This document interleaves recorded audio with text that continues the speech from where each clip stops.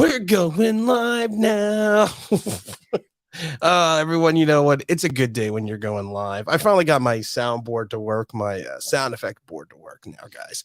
So I'm very excited right here. It's Tim, it's Dom, it's NFL talk. We're talking NFL. We're talking NFL. We're talking the Giants. We're talking the Combine. We're talking everything you guys want to talk about in reference to the Giants.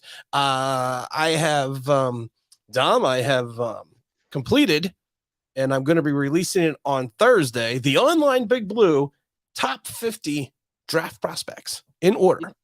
I thought you said top 51 or something really random. Oh yeah, it was 51. Yeah, it was like, is it because you couldn't decide which one of the ones you wanted in? No, I think I was just being a butthead. Did you use your legendary math skills to? I used Excel. So I'm saying yes. I use my legendary math skills to get this. What's up? LJ is already in the house, and we already have Hirsch for real here. Is the harbor frozen? What? Zach was drinking iced tea, and he was talking about the Boston Tea Tea Party. He always loves talking about the Boston Tea Parties if it was all on me and I caused it. Where was I when this one I see is the harbor frozen? I'm just more excited because I have this.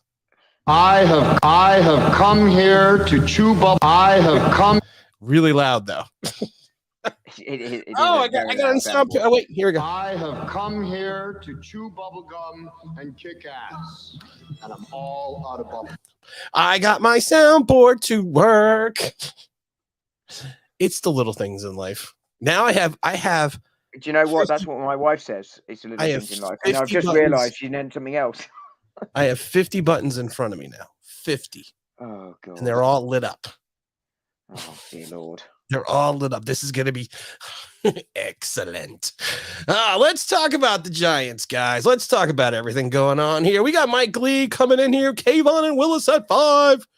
Mike Lee is on the World Cruise, the World Tour. He's on the Mike Lee World Tour. Dom, how's it going, lad? Mr. LJ asks.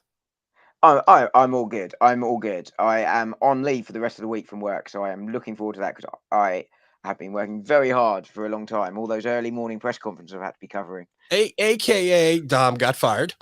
I always say that too. I'm taking some time off from work, meaning you got shit canned, but that's all right. You know what? When you leave an organization, you get something called your P45, and I actually shortens it. It was like, you're looking on page 45 to someone earlier, and like, oh, good, we're finally getting rid of you. I was like, listen, I don't know what you guys do in the UK, but don't be peeing on the 45, okay? You get a ticket for that here. That's like a $50 fine if you pee on everything. Mike Lee says, have a good stream. Going to bed. It's 10. It will be in where? Seville tomorrow? Seville. I'm the barber of Seville. You can practice your Spanish with Mike Lee. There you go. Seville, isn't that in Italy? No, it's in Spain. Oh, it's in Spain. Well, that's not really Spanish. That would be Spanish. What do we got here? Salutes. Hope we get an edge at 5 and trade down for the middle picks. All right, for those that do not know, I'm releasing on Thursday to the members only of OG Online Big Blues membership thing. I'm releasing my top 51 draft board. I'm looking at it right now. It's awesome, Dom. It's awesome. Would you like a preview? You shocked me. I would love a preview, but I suspect we're not going to get it. I will give you a preview. I will give you one player. Pick a number, but don't pick a number in the top 10. No, I wasn't going to do that. Pick a number. Let's go with number 18. Still an ass. No, 28. You know, let's go with 18. 18's fine. 18 on the online Big Blue big draft board is a gentleman out of Iowa, a center, Tyler Lindenbaum, 6'3", 290 pounds. He is number 18 on my draft board. He's falling down draft boards. He's falling down mine. You want to pick another one? Yeah, 26 is halfway. 26. As near halfway as you can get. 26. And it's a quarterback. You want to take a guess? Yes, I will go with... No, his name's not Yes. Oh, you're an ass. You're an ass either. I will go with Pickett. Nope. How? I do have Pickett on this list, and he is in the 20s. This gentleman is a few spots below Pickett. He plays out of Cincinnati. Cincinnati's not going to help me because I don't know college well enough. Rattler? Yes, there you go. The Riddler. We call him the Riddler. I'm eating some cake. I'm eating cake. What did you do to that cake? It looked like yogurt. It's a Cinnabon. It's a... So was that Tyler? Are you eating Tyler Linderbaum? That's what it sounded like I got to me. Cinnabon on me. All right, shut up. Maximus says, "What's up going on? Not much going on. Having a feeling the Jets are going to steal Tibbs from us at 4. What are your thoughts? All right, I want to talk about first. Joe Shane came out today and said basically no one's untouchable. That no one on this roster is untouchable. We had the beat writer, the venerable beat writer, ask him, would he trade Saquon Barkley? And he said, no one's on this roster is untouchable. Do you really think that's true, Dom? No. Would you like me to expand while you drink, or should I just leave you looking Dapper? Dapper. I love the word dapper. No one. No, I mean, at this point, everyone knows that we're rebuilding. So therefore, almost everyone in some ways it is tradable. So we will listen to offers, but that doesn't mean that that we're going to trade everyone or anyone. That value has to be right, and of course he's going to say that, But you trade some players, and you're not going to make any savings. And given our cap situation, if you're trading a player that makes you no savings, you're going to have to replace them. So you're going to have to get more assets for that. We've talked about that, and yes, it is the Riddler. I know his name's not the Riddler. I just like calling him the Riddler. I want to push button number 2. Oh God! It brings me to my next point. Okay. Don't smoke crack. This is so exciting. You're going to just press buttons all day. This is so... Dude, there's 50. I know. 50 no, you don't know. There's 50 buttons.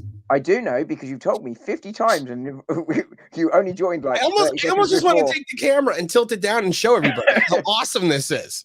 But then they'll see how terrible my desk is. Oh, dear me. Do you think there's anyone that you wouldn't trade off this roster right now? The problem is, and this is why I'm calling BS. This is why I'm calling bullshit on it's GM speak. It's GM speak. Okay. Are you going to trade? I'm going to give you a couple names. Are you going to trade Leonard Williams? You can't. Are you going to trade Kenny G? You can't. Are you going to trade Adoree Jackson? You can't. Okay. You're gonna trade Kadarius Toney? Yeah. Again, you can't. I mean, not unless you're getting an absolute house for it, but even then, you're going to have to do so many other cuts to get under the cap again. Because we're chopping. I mean, don't get me wrong. Someone comes on and goes, for Leonard Williams, we're going to give you 3 first rounders next 3 years for first rounders. You're probably finding a way to get that cap work, but you just no one's giving that, and it's just not going to happen. Nobody is. I'm looking for something here. I have something for James. Are you looking for some money that we can find for the salary cap? I'm looking for some salary cap money. When you're this cool, you don't need salary cap money. Oh, good Lord. Oh, James, I lost. Oh, here he is. James, this is just for you. I thought about you today. You go in the cage. Cage goes in the water. Shark in the water. Our shark.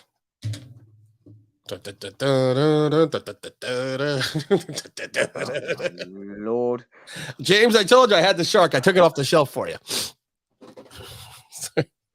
Mr. Alvarez says, I would draft Willis if I get Trubisky. I would trade Jones. This way, Willis can sit a year behind the Bills quarterback to learn the scheme and not learn on the job. Such as, you know what? I'm not even going to read the rest of this comment because this comment's brilliant.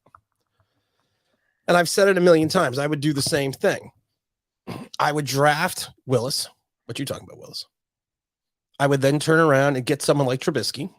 I would pull Mahomes and have him sit for a year. Is it your nighty-night time, Tommy?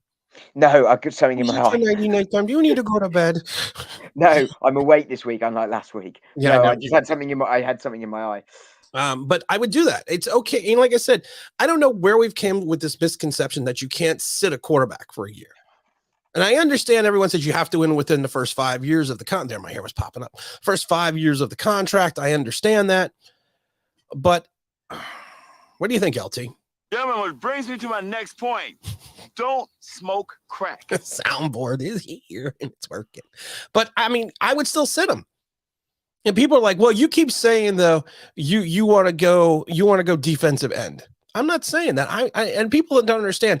I'm talking the way I would do things, but then when I do a video, it's on how I think the Giants will proceed, not how I would proceed. If it's me, I'm doing Malik Willis and I'm doing Devin Lloyd. But Dom, I mean, is there a misconception that you have to start your? I mean, this has been going around, I think, since the early salary cap days, that you have to, after the Bradford situation, that you have to start your rookie quarterback. He has to play. You got 5 years to win.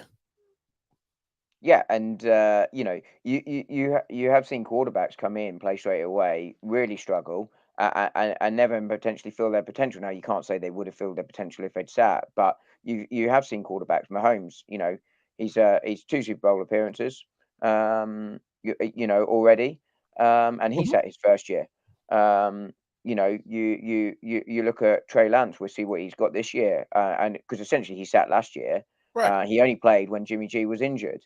And again, if they're raw, why throw them in early when they're just going to get beat up? And aren't necessarily, you risk their future career and their development when they can learn. Right. I have a question though. Do I look like, I was reading all of James' comment. Do I look like the type that would smash a beer can on his forehead? I mean, I wouldn't put it past you. I knew that was coming, Chef. That wouldn't be the first time I did. If you ask the question. Skylar asked, did you guys see the Joe Shane interview? I did. And like I said, that's where we got the question out of, because it was asked that question. Like I said, it's an interesting question. Let's go Giants, Charlie says. Let's go G-Men. Let's get the stream. Willie Beeman. Now see, tomorrow, our next stream, I'm going to have this all set up. And you're going to be like, oh, Willie Beeman. I'm going to be like, Willie Beeman. Because I'm going to have it all in front of me. 50 large buttons. All digital.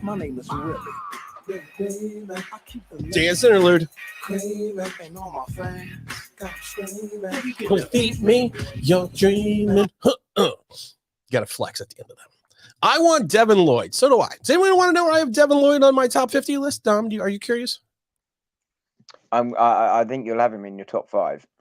I'm going to go number. You'll have Malik. I think you're going to have him number 3, maybe 4. Wrong. I got Devin Lloyd at 6. 6 on my draft board. If those that do not know, if you're not an online Big Blue big whatever member, I'm so good at selling. Oh, sorry. Very quick question, actually, on your board. Is this the players you would like to draft, or no? This is the best players that. So let's say you thought that Evan Neal, we don't Neal's not falling to the Giants, so therefore probably discounted him as a Giants pick. But you think he was the best player in the draft, for instance, he would still be number 1 on your board. Here, this is what it is. This is just my draft board, not who I think the Giants are going to draft. Not this is. I have sat down the last 2.5 weeks, and I have compiled my top 50 top players, 1 through 10. It's not how I think they're going to go in the draft. It's just who I think are the top 50 most talented players starting at number 1. That's why I had it going. Like that's when you said no, I was like, you got him number 1 because I know you'll be quite high on him. I see what you mean. No, that's a really central way to do it. As you say, the best player doesn't always go number. Does not always go number 1. Hutchinson it would be a shock to me, at least, if he went to Jacksonville, given they don't need an edge. And he. Well, imagine if you could pair him up with Josh Allen. I mean, it would be something, but I think they're going to go left tackle because I think Well, you've got Neal. You've got Neal, who's potentially he's good enough to be the number 1. He's good enough to be the number 1 pick, and it's more of a position of need for them. And I think you put the 2 things together, and it's logical. But you could argue he's not the best player in the draft. No, he's not. What's your all opinion about the Giants going this year's draft? What do you think Joe Shane and the crew will do? Here's what I think, and I've talked about this. I'm going to talk about it briefly, and I'm liking this idea even more and more. Down, even more and more. I'm liking this idea. You go Kayvon, at 5. You go Devin Lloyd at 7. You then have fixed your defense. You can then use, if you want to, the entire rest of the draft and most of free agency to rebuild your offense. That's what I know you're still going to get rid of Bradbury. I understand that, but I think you got 2 guys, 2 young up and coming guys who can play alongside of Dory Jackson. You fix your rush. You fix the athleticism in your linebacker position. And you add 2 players with versatility that could either play with their hand in the dirt or standing up. That's what I would do. And I've seen, which I found this interesting the last couple of days, I've seen now in a lot of mock drafts, the Giants going twice on defense instead of twice on the offensive line. So we don't think the ridiculous mock draft I saw earlier that had us taking a wide receiver at 7 is going to happen then, no? No. What do you think? I don't know. Think they're going to do? I was asked this question earlier today, funny enough. So I'm gonna. My answer, actually, funny enough, is going to be relatively similar. Not players, but I said essentially, I think more and more it looks like to me, and this could all be a complete smokescreen that I've fallen for, that we're not going to really do anything massive at quarterback. Either it's Jones or we're bringing in a bridge quarterback, that's not necessarily going to be exciting for us. But because I think most fans will realise at year 1 we're not really going to do a lot this year. So, but you do want something to get excited about, to sort of really believe in and hang your hat going into 2023. And the obvious one there is the defense. That's where your experienced coordinator is. Right. It's the better side of the ball right now. We need of less pieces, even with those cuts to Martinez and Bradbury that's coming up. So actually, drafting defensive players early does make some sense. And if you've got a bridge quarterback and your line isn't great, do you know what? And it gets beat up. Well, he gets beat up. It's only for 1 year. So and it gives you a chance to win games. If you stop the other team scoring 20 points. And you've got an average offense might just still put up 20 points. So I think, that is something I think they would potentially be looking at here. Here's my thing. If I got a lights out defense, I don't care if my offense puts up 17 points. Yeah, we saw the Pats win a game this year. What was it? I can't remember how many scored there, but 9 points or something, Daft, and they won the game. Yeah. Yeah. I can't remember exactly what the score was, but it was ridiculously low. And Giants fans historically, I do get behind a big defense, a really good defense. We've had great defenses before and won games that way. So I think, that it is something that we can get excited about, to be honest. And it is something that you can point to go, this is where we've made a difference. Last year the Cowboys, was it all their picks were on defense, or you could do something similar this year. You fix your defense, not necessarily all your picks, and then next year really focus on your offense. Right. As part of your build. There's nothing wrong with that. Fix on it during free agency. Yeah. I mean, because and look for some cheap linemen. Right. Now we got a question. We got a comment here that they would rather trade the 7th and trade down and get Johnson, the defensive lineman out of Florida State, further down the draft board or the top edge. I don't even have Johnson right now in my top 51. So, and like I said, he's going to have to blow the combine away for him, and his pro day for him to jump up into the top 25, top 30. Like I said, I have him right now sitting on my list at 63. And I'm not releasing. I have 100. My top 100 down, but I'm only releasing the top 51 on Thursday. I was going to release. I'm intrigued. I'm intrigued to know it was 51, but I didn't want to spoil the surprise. So I didn't pick 51. I was thinking I might only release the top 36 or some unknown weird reason. What is 32 I could get to. 36 would be an odd one. Something weird. Sean just said something that I truly appreciate, and you don't need your O-line to be the all first rounders. He said that because he doesn't like reaching it all. I agree. Here's the thing, and I want to talk about, what's up, Kareem? Something I want to talk about, though, but I'm trying to get through some of these messages real quick. Geez, I'd take him at the 5th. Okay. With the 7th pick, the Giants select Devin Lloyd. Like I said, I can see this. Tim, I can't pick at 7. Tim, I can't believe you have the Shark. I know you're all smashing your can on your head because I have to. You know what's a good thing about the Shark is I got 2 of them. I want to talk. Jeffrey's coming in the room. Jeff's coming into the room saying, you know what? I got to talk about something, Dom. I want to talk about this because people, the giant beat writer brought up trading Saquon Barkley to the Shane. And of course, Shane said, we talked about it, saying, yeah, I would, everyone's open, everyone's available for a trade. And here's my thing, and everyone wants to blame soundboard is much more crisp. I'm not on that soundboard, my love. I'm on a different soundboard. I'm talking I want to push this button real quick. I have come. Okay, that's that one. I put a whole bunch of sounds in here one day. It's Daniel Jones. That was a bad one. What happened? Really need to have a list. I'm gonna have a list. I'm gonna have a list. There's 50 freaking buttons, man. All right, this is what I want to talk about with the Barkley. Everyone's bashing the Barkley. Everyone's saying that he could potentially have been a bust, even though he rushed for 1,000 yards twice, 2 years in a row. And that, it's the O-line's fault and it's Barkley. You know what? This is what I want to talk about. When Daniel Jones has a bad game, it's the O-line's fault. It's the wide receiver's fault. It's the coach's fault. It's the wind's fault, wasn't it? It was too windy. Because the other quarterback wasn't playing in that summer wind, equinox that day, and there was a polar vortex's fault. Saquon Barkley has a bad game. It's Saquon Barkley's fault because he's a bust with the 2nd overall pick. Now, before you say anything, Saquon Barkley's best games of his career were with whom behind center? Eli Manning. I believe it might be a double Super Bowl champion. Yeah, 2-time Super Bowl. Eli Manning. Saquon did not start having problems until some rookie quarterback came in and who is now going into his 4th year and still does not know how to set his line properly, make his shifts, make his adjustments, change his blocking assignments. And it was interesting that Saquon excelled with a good quarterback. Eli wasn't great then. A good quarterback, a veteran quarterback, but now everything's Barkley's fault. But every excuse that you could use for Daniel Jones, nobody transitions over to Saquon Barkley. Or I should say a large segment of fans don't. Why? Tell me, Don, why?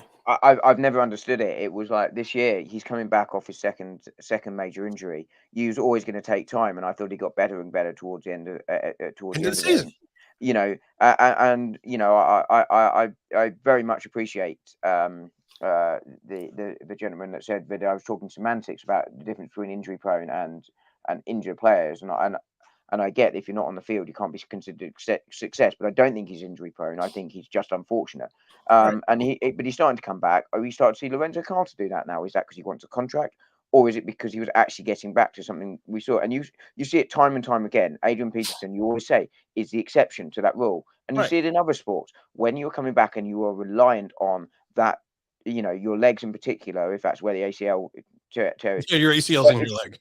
Yeah, exactly, and it's exactly that. But that's what I'm saying. Like in sports like football, where you're relying on that, maybe less so in say baseball. You might not be. I mean, I don't play baseball, so you still rely on your knees in baseball. You have to run.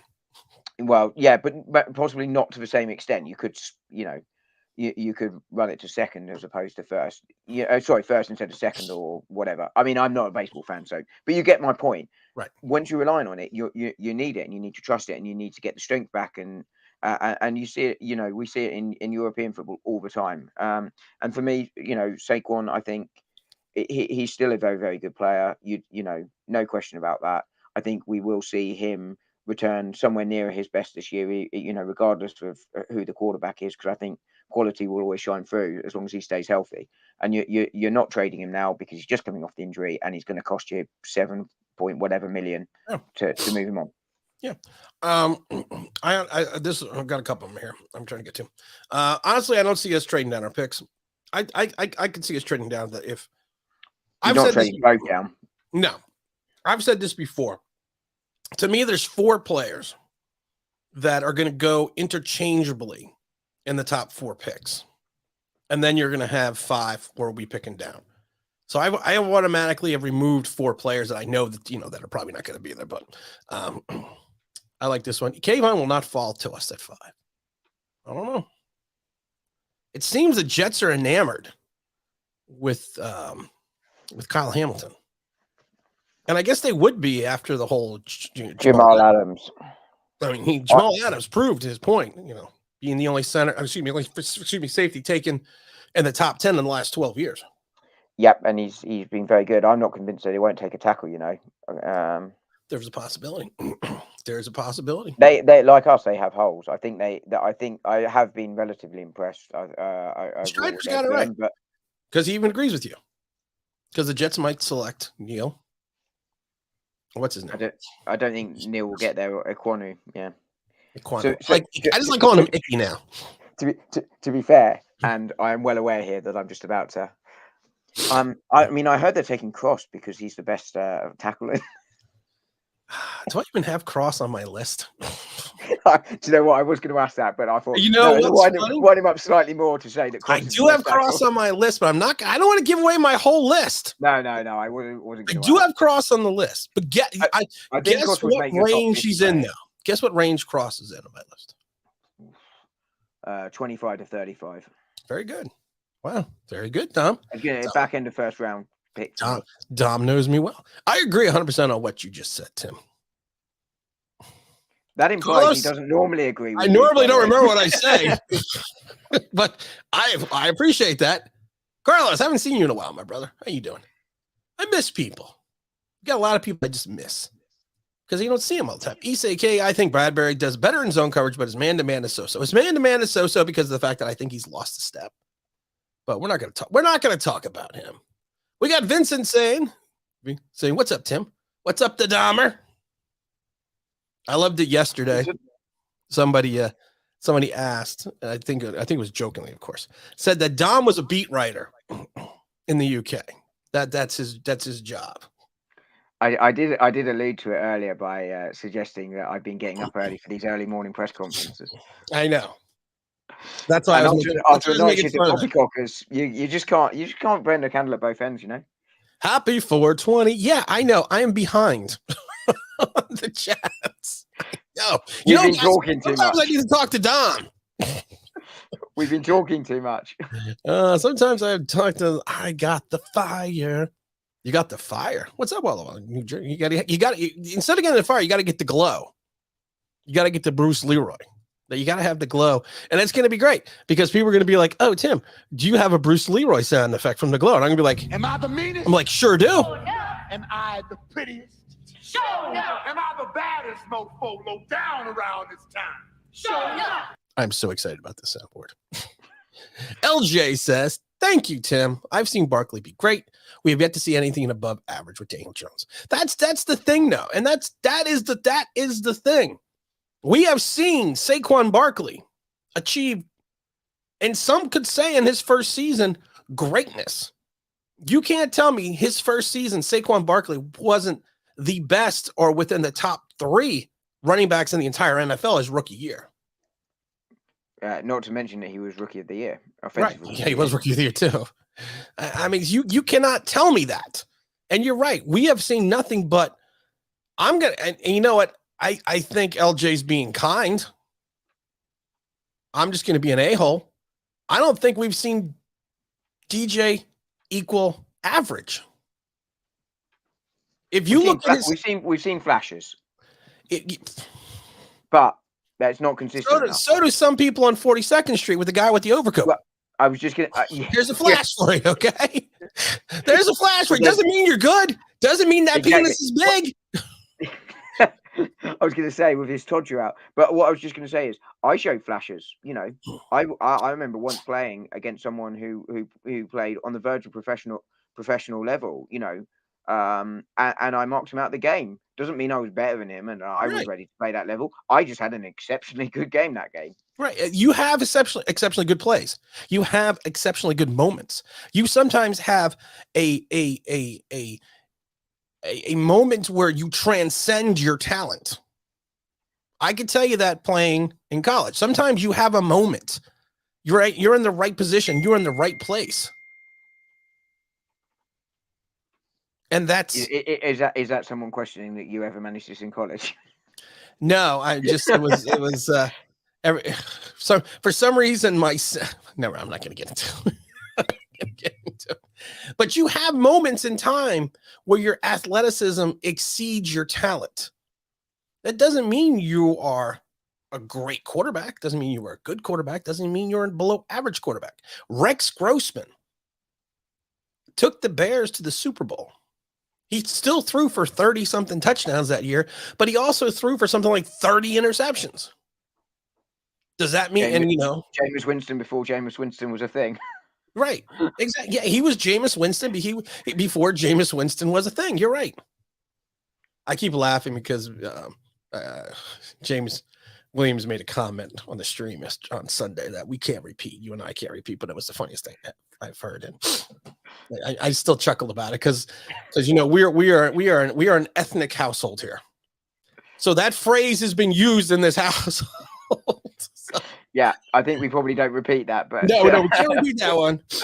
I could repeat it with my friends without a problem, but I would not repeat it like in this universe right now. What do you guys think about Barkley and Renz? It's the same. We've already talked about that. Walla. Yeah. We've already talked about that. And LJ's got it right. He will have such a bounce back year. Unfortunately, may have to still trade him mid-season. Do you trade him mid-season, Dom? The only scenario I trade in mid-season is towards a deadline where if it's going to maximize your value and you're going nowhere.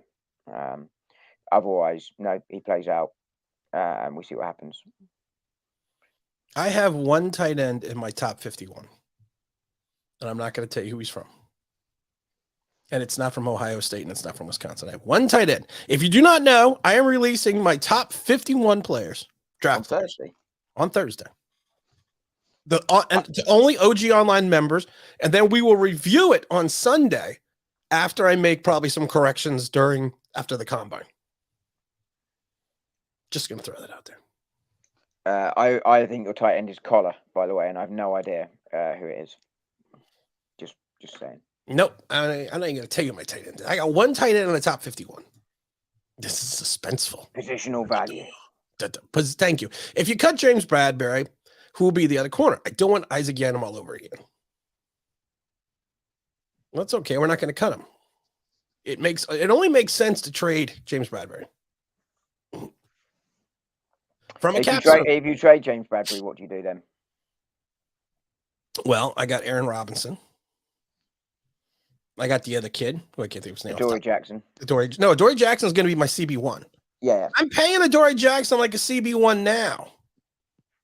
I spent 2 picks last year in corners.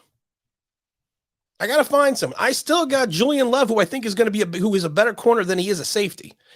And people forget about, what kills me about this? This is what kills me. Selective memory Giant fans have. Julian Love got benched last year. He got benched for about 7 games in the middle of the season. And he didn't really come back until he needed to play in the slot. He is a better corner, in my mind, than he is a safety. People forget that. And regardless of whether he is or isn't, the kid's got versatility, and that. Listen, I'm telling you, he is. No, I'm not disagreeing with you. I'm just feeling saying better. Don't doubt me. But the fact he can play both makes him incredibly valuable. He'll have such a bad. We got that one. There we go. If Shane can fix the cap, and there are good free agents on the O-line, your thoughts at least are proven. I want to go defense 5 and 7.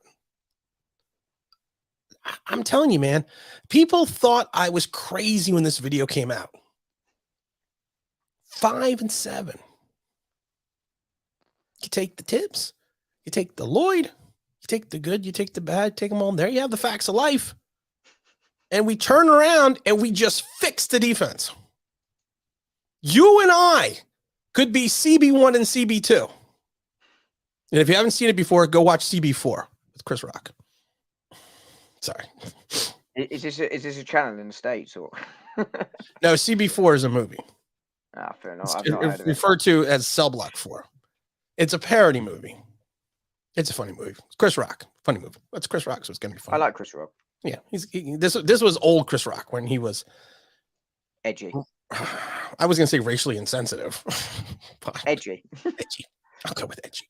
But you get that type of pass rush, you generate that type of heat. You have Azeez Ojulari, Quincy Roche. You hope you get something from Dexter Lawrence. Do you think Roche will progress again this year, or do you think people will cotton on a little bit? I think genuine question. I think he will progress. I think his biggest problem last year was the fact that it was the underutilization of him. And I don't understand. Whenever he was on the field. Huh? He was impressive. On the field. He was impressive. He was impressive as that guy with the trench coat on 42nd Street. People are going to be like, what the fuck are they talking about now? So it's not strip clubs. Now they're talking about people flashing people on 42nd Street. What the hell? Poppycocker merchandise will be available Tuesday. And maybe the guy on 42nd Street could buy some so that he doesn't have to flash people. But I think Quincy, I think it was underutilization of him. That was the biggest issue. It was the same problem I had with Azeez Ojulari early in the season. Why and I know that there were fans out there that thought we were going to win 15 games. We all knew we were going to win maybe 5 games, 6 games, or some of us did. Why not just play him continuously? Yes, his snap count progressed during the second half of the season, but why not just play him? Good things happened when he was on the field, but he wouldn't be on the field all the time. You would look around and go, where the hell is he? Sitting on the bench, watching it all unfold. Neal isn't making a pass. 2, no way he falls to us, even the Jets. That needs to stop. Maximus. My name is Maximus Decimus Meridius.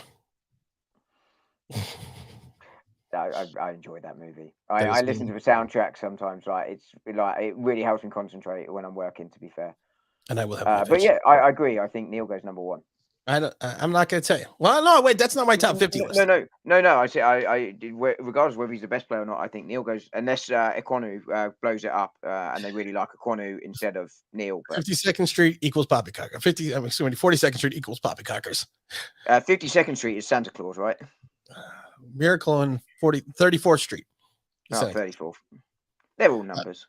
They're all numbers. If I hear people say Jones shows flashes one more time, I think we're all going to have to justify him being not that very good. He's not. For clarity, I wasn't saying that he was a good player, but he has shown some flashes, but you have to show it consistently. Hopefully it wasn't on 42nd Street. No. He tried to get there, but he misread it and ended up on 21 by mistake because he can't read anything.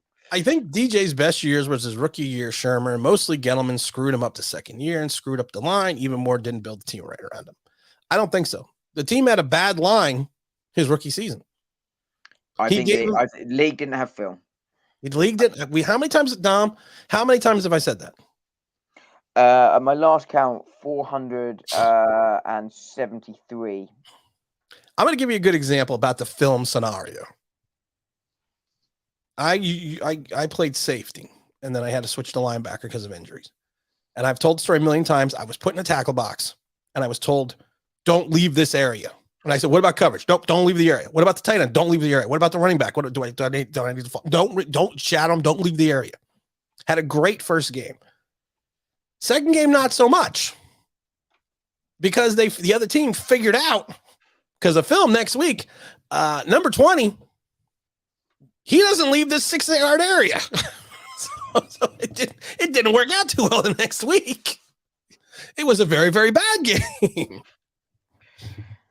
But that's goes back to our earlier point about how well you can play will be dependent on talent, right? Exactly. You can increase, but also on where the coach puts you.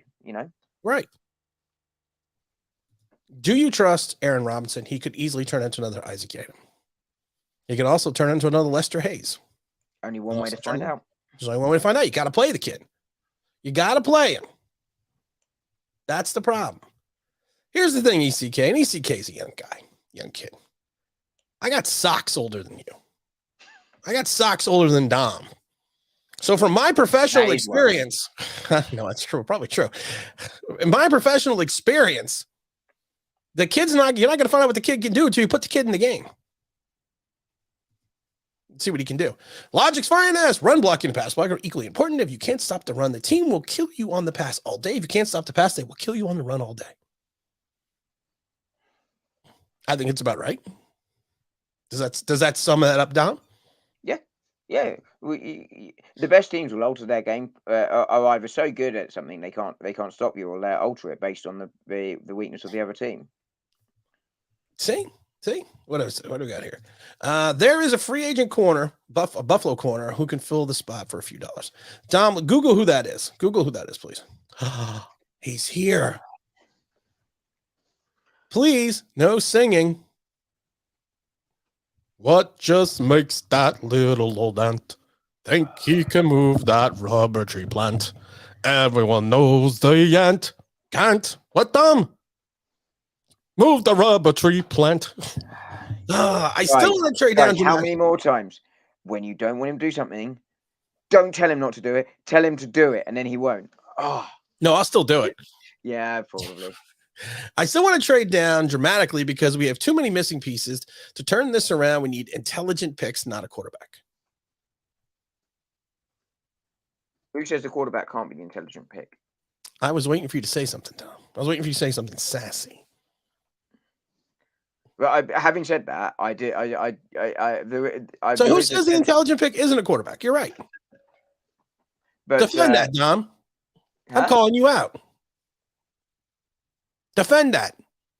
Defend what? I don't know. I'm looking up your cornerback for you, which I'm really struggling to find, by the way. Oh, Jesus Christ.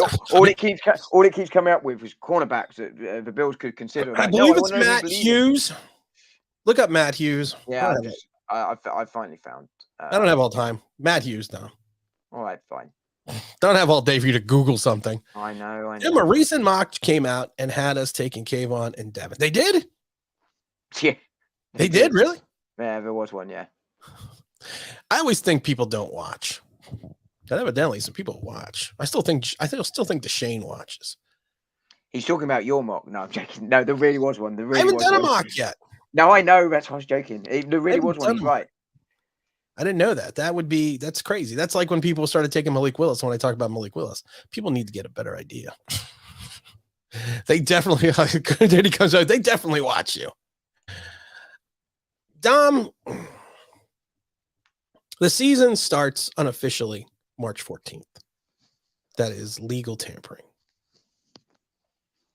And March 16th, of course, is the 4:00. It's the official start of the season.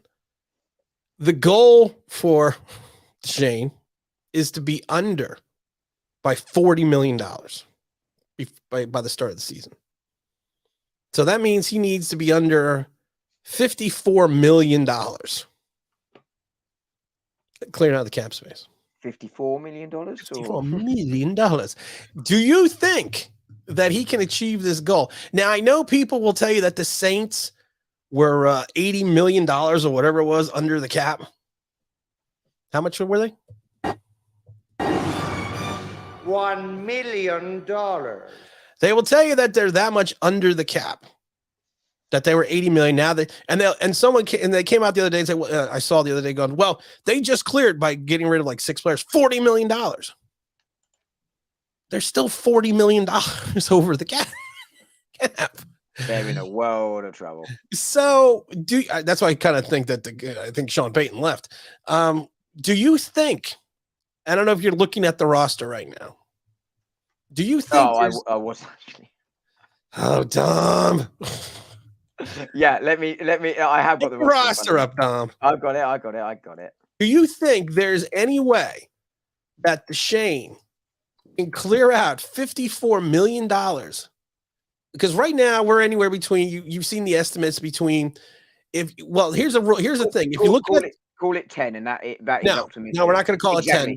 No, we're not going to call it 10 because the rule of 10, that's an optimistic. The rule of 51, you're at about 12.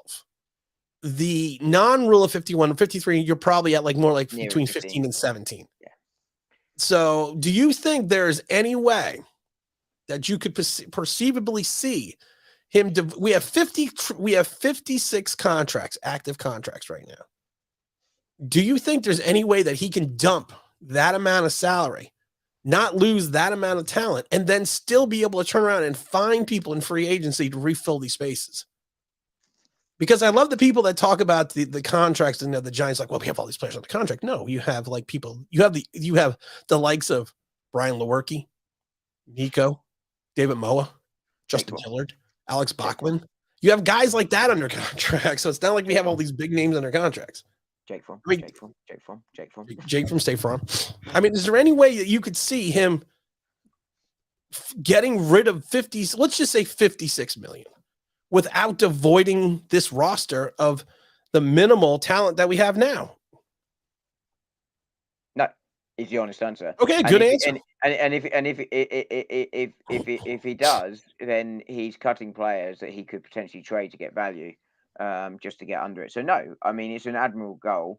He has to clear and be under, but he doesn't have to get to 40 million. But by then, but no, I don't see where it is. And I think if he rushes to get there, it would possibly be a mistake, because I think you're not necessarily making the right decisions in long-term interests just to rush to get to that. Now, people don't. This is what I think a lot of people have the misconception on with free agency. You need to be under the cap by 4 o'clock on the 16th.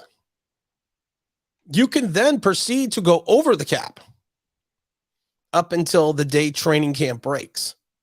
That's when the rule of 51 kicks in, and then that's when you have to then be at your salary cap level. So I think the misconception, this is kind of the point I was trying to bring up. You really only have to clear, let's say, 12 million to be under the cap. And then you can go and sign up to 90 contracts, is it? Or I forget the number. Yeah, it's about that. I can look it up but you get the idea. It doesn't matter. Because by the time we get there, it'll be like tomorrow, and I don't have that kind of time. It's nearly tomorrow my time. Oh, why are you always whining? Because I like to pretend I'm Aaron Rodgers. You are Aaron Rodgers. That was Mel Kiper 2.1. That was Mel Kiper's. Was that his thing with the Kayvon and Devin Lloyd? So that's not happening then. Yeah, I know. I like there won't be multiple teams that won't try to draft a quarterback next year. We're going to need a quarterback eventually. Do you mean next year as in this year, or next year as the following year? Because I'm drafting a quarterback.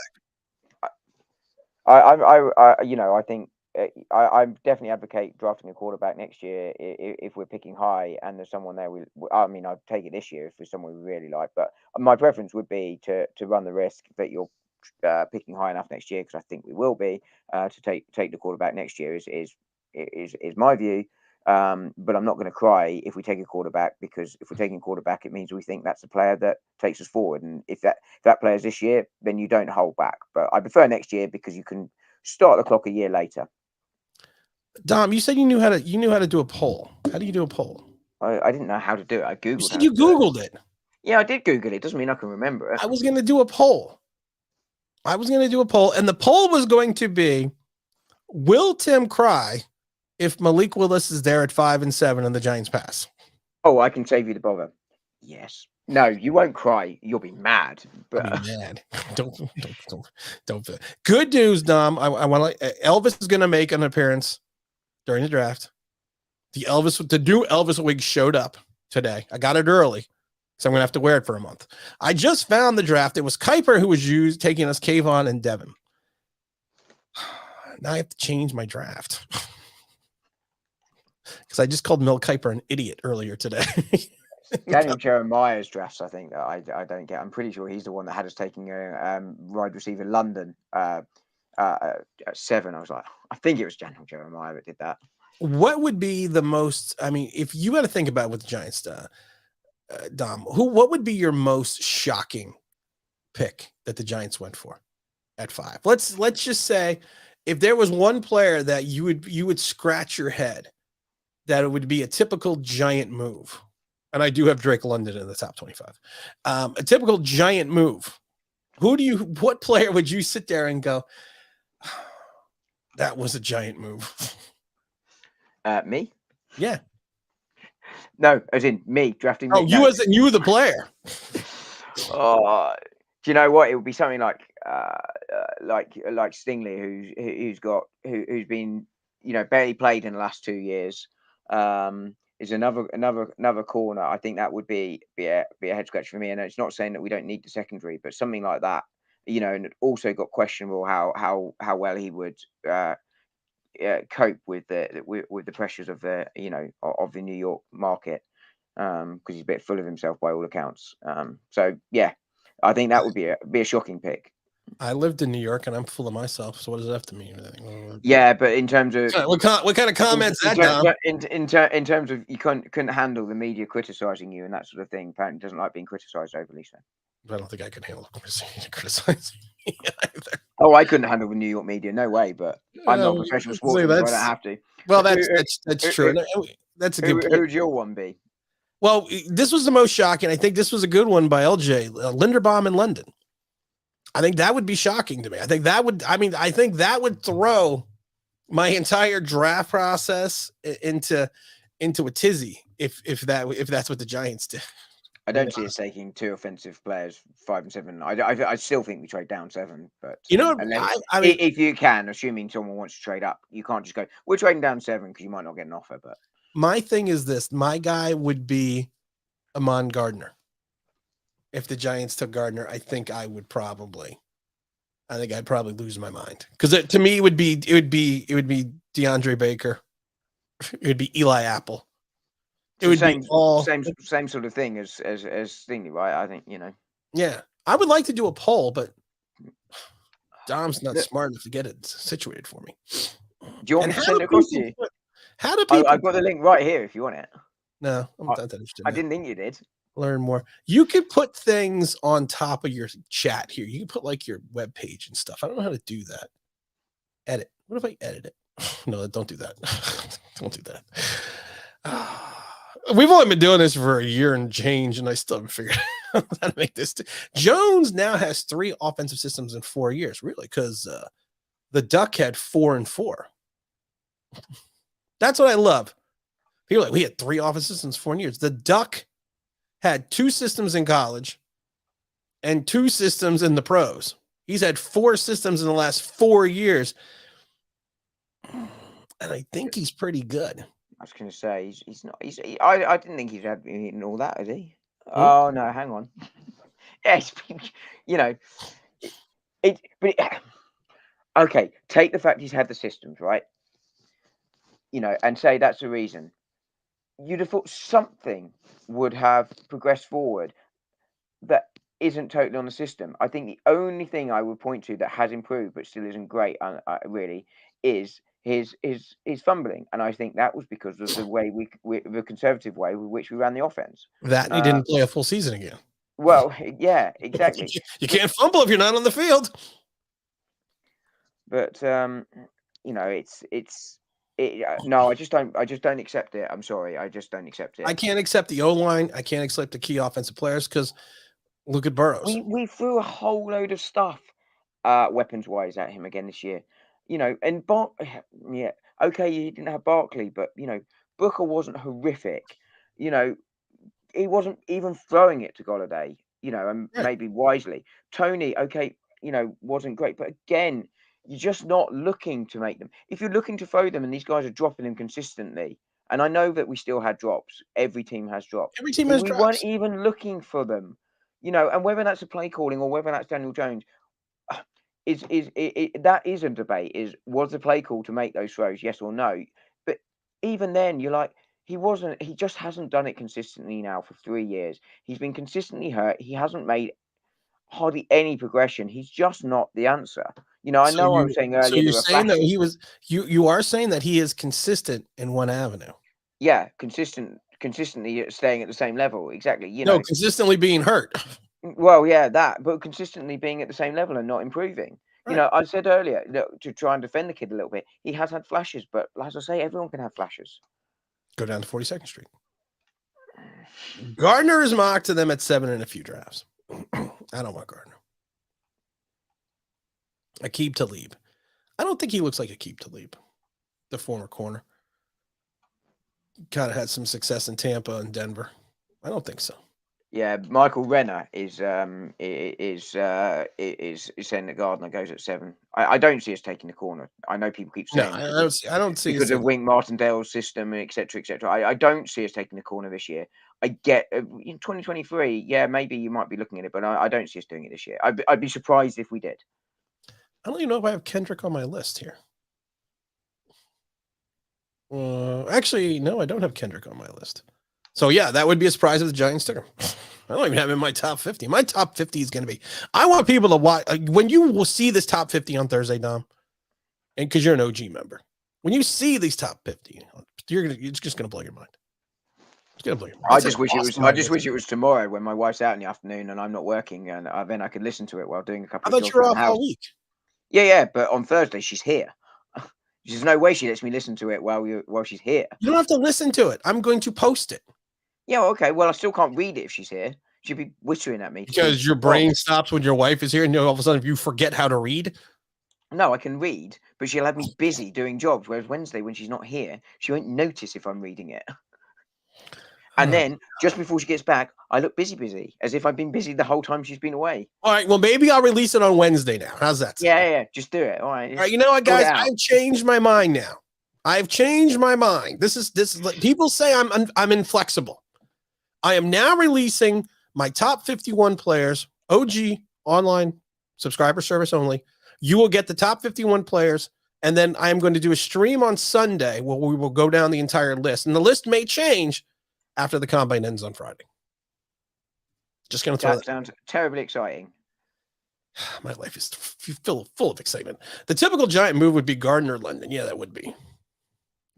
Where's the don't smoke crack soundbite? Well, the good news is if I had to, I did have it on the big soundboard. Gentlemen, what brings me to my next point. Don't smoke crack. Gardner is very thin. I got him as CB3. Do you have Gardner? Do you think Gardner is the third best corner in the draft? Because I do have him ranked as my top corner. I have him as my second corner, but I don't have a lot between the two. I haven't really looked much beyond the corners because I just don't think we're taking a corner. I'm not going to tell you where they are on the list, but I have it as Gardner, Booth Jr., of course, out of Clemson, and then I also like Roger McCreary out of Auburn. Those are my top three corners. Well, Stingley too as well. Actually, I have just going to say Stingley. Yeah, I have Stingley above actually Gardner. I was going to say Stingley's my top corner, but I don't think there's a world of difference between the two. Yeah, I have Stingley as my top corner. Mr. Gigante, what's going on, my brother? Hola. ¿Dónde está? Me llamo Tim.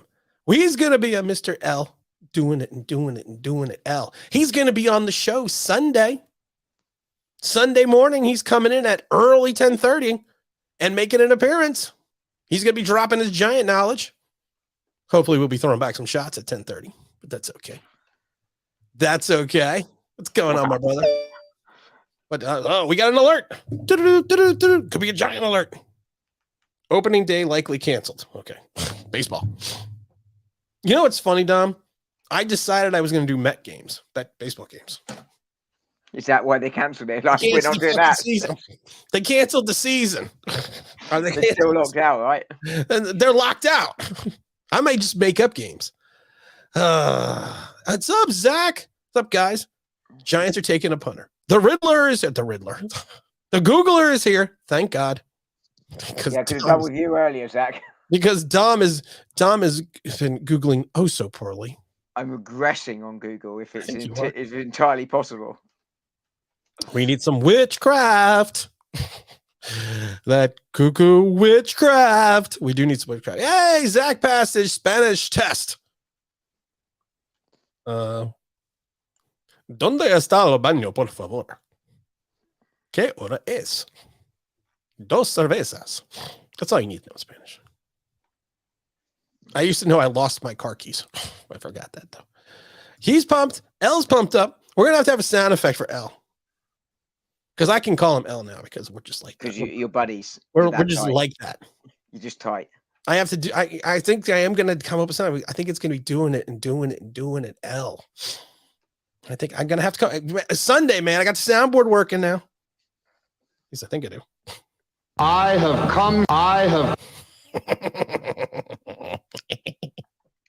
50 buttons. Good luck, by the way. Wait, the worst part is No, I now. wasn't talking to you. I was talking to Al Gigante. The worst part of this is now I got to take all the sound effects out of this soundboard and put it into this sound. So just because I got it working, it could be another month before I can get it to go. I don't know if I can see Gardner locking up a guy like AJ Brown or some more physical receivers. Great cornerback last. Do you know what? I really want him to have a game where he just loses his wide receivers all game long, just for the headline, lost in the sauce. I mean, you have to, right? That's yeah, you have to. I mean, that would be but we all know who that's my line though, lost in the sauce. I know, I use it all the time now. And like I said, I wanted to see the headline, lost in the sauce, but then they have to add that phrase, trademark, not to use it outside tradition, Ricky Bobby. No, you can't use that with Ricky Bobby because you can't use that without me without giving me at least a quarter. A quarter for every time that is used. That's what I want. Are you a Mets fan? My condolences. I'm a lifelong Yankees fan. I'm a Mets fan. Been a Mets fan. Been a Mets fan since I can remember. Do you know what? As I say, I don't follow baseball as closely as American football, but I enjoy watching it. And the Mets was the team I picked as well. I always picked the New York teams. My dad used to live in New York. And I was like, the Yankees win everything. I was like, I definitely don't want them. So I picked the Mets as a result. I am ready. I'm ready for the shot party. 10:30 in the morning Sunday. There's going to be a shot party. Me and I can't watch on Sunday because I'm out. Me and the L are going to be having a shot party 10:30 in the morning on Sunday. Oh, that's what I'm going to call Sunday show. Shots and pancakes. Calling the shots, surely. No, shots and pancakes with online Big Blue and L. It's a little long. I represent Queen. She was raised out of Brooklyn with doing it well. Give me an old spiel. Luce, I'm home. Sound a bite for him. Hilarious. No, Lucy, you cannot go to the club. Most people don't know Ricky Ricardo. UK has internet upgraded from hamsters to guinea pigs on the big wheel. Is that true, Dom? You're running the wheel today? Do you know what? I have been having issues all day, actually. I know you have. Dom, if you are a Giant fan, you mean if? It's only me. You can. That's for later. It was. Oh, that was me. You just texted me. Yeah. What is that? Pancake Day. You're a Giant fan, John. Yes, you are. Last time I checked. Yes, you are. What is it? Two-pronged question. What is going to piss you off if the Giants do this offseason during free agency? And what's going to actually make you happy? What would piss me off is going all out for big, and I don't think this will happen, going all out for big contracts that just pushes cap down the road. Just clear it out, take the pain, and let's go. So I think that would be what would piss me off. What would please me? I think if we got in some either some veterans or some players that have upside on decent contracts coming in that could make a difference for us this year in either on the line or a nose tackle or wherever, really. I think just good value pieces that just help us progress forward. But I think they're going to be hard to find. So that's very high level free agency pick. There was a general manager that actually a couple of years back, his team went to the Super Bowl. They relied on a very young team, and they spent a lot of money. Not a lot of money, but they spent a lot they got a large number of free agents that were veteran players that were kind of over the hill, but all of a sudden kind of just had one career year all at the same time. And the team went 15-1, went to the Super Bowl. Yeah, I mean, I don't see that happening, but you just want, some of those veterans to come in and help this team. Do you know who the general manager was? No. Dave Gettleman. Carolina Panthers. Oh, was it the Panthers, wasn't it? Carolina Panthers. He signed all these older free agents to all these like mid-level to low-level contracts, and they all just came together at once. Came together good, yeah. Yeah, and then it just turned out that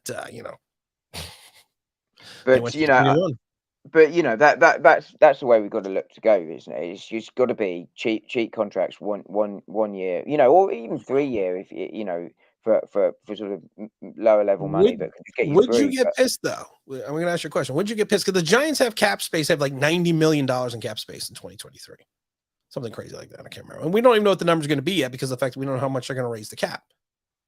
Would you be pissed? Projected 90 million, right? Projected. Would you be pissed if they pulled another 2020 and sign some guys to big contracts, but they pushed the money out into 2023, kind of like they did with Kenny G, kind of what they did with the Dorian and Leonard Williams? Depends who you bring in, really. You know, if you told me you were bringing in, you know, Deshaun Watson or something like that, you know, and you pushed out, you said, okay, we can't afford to pay you this year, so you're taking, you know, $2 million this year, but we're pushing all your money into the following years. If you've got a player like that, then no, because I think that's sensible investment in the cap. But you know what you don't want to see is us restructuring a whole load of existing players to take the cap down that way. So I'm fine if we are bringing in free agents on good value contracts. So let's say it's another Kenny Golladay that comes in, right? And we say it's, you know, 10 million a year for 3 years, 30 million for you know, whatever. You get the idea. And you go, actually, we're going to pay you 5 this year, and we're going to spread the rest out over the following 2 years. You can live with that as long as it's a value contract for a player that you think is going to make a difference. That I can live with, but it's got to be the right player at a competitive overall contract, even if we can't pay it well this year. Now, my other question is going to be this: how would you feel if the Giants decided that they want to get creative because they want to make a splash? They want to get creative with their cap space. And what if they decided to all of a sudden turn around and move some of that Leonard Williams money, or move some of the Adoree Jackson money or Kenny G money, and extend those contracts so they can clear cap space? I mean, it depends on how much of it's guaranteed, I suppose. Well, it's got to all be guaranteed. It's got to all be guaranteed. Yeah, I was going to say, but you can't guarantee the money. You can't unguarantee what's already guaranteed, can you? Yeah. So, as I was talking that, I was like, you can't do that. So, yeah, no, no. That's the type of thing I do not want to see us doing. Is just extending current players, you know, that just aren't going to. That haven't shown that they can do it and or are sort of getting towards the end of their career. So, you know, James Bradbury, I think, has had a decent Giants career, right. But I don't think he's a long-term future. When we start hopefully getting good around 2025, that's James Bradbury isn't he's not going to be here. So what's the point? You know, and McKinney looks on his rookie deal, but you took someone like McKinney who you think might be here in say 2025, and I know he's not at that point, and you did that with him maybe. Right. Then you're like, okay, I can understand that because that's something about the future. Essentially, what I want to see the Giants do this year is set ourselves up for future success, because we're not going to be successful this year. Set yourselves up and bring in players that will be here and can help us get either will be here in 2025 when we're hoping to win, or will help help players become good. So you know, like a McKinney, help them develop into the player. Like bring in a veteran lineman that can help Thomas, for instance. You know, continue his progression towards 2025. Right. That sort of thing is what I would want to see us do this year. I got some good news. Stop audio. All right, everyone, we got some breaking Poppycocker news. The new and improved Poppycocker logo will be here March 3rd. And again, that's Poppycockers, the best in adult London entertainment on the West End. If you're looking to get your Poppycocker, you're looking to get flash, there's no better place to go than Poppycockers. Just got the email. March 3rd, the new Poppycocker logo is here. Excellent news. Excellent news. I know someone's been merchandise and a new logo. Well, no, that's good. The merchandise is for the new the logo. The new logo is for the merchandise. I couldn't use the logo we have now because of the fact that I created that over dinner in like a span of 3 minutes. So I went professional. I went professional. Oh dear Lord. Oh. And Poppycockers is a professional establishment, as we all know. Even though Dom got fired. 2 second rounders, a 3rd round pick would be ideal for this draft. Yeah, but you're gonna have to get something. I mean, you're gonna have to.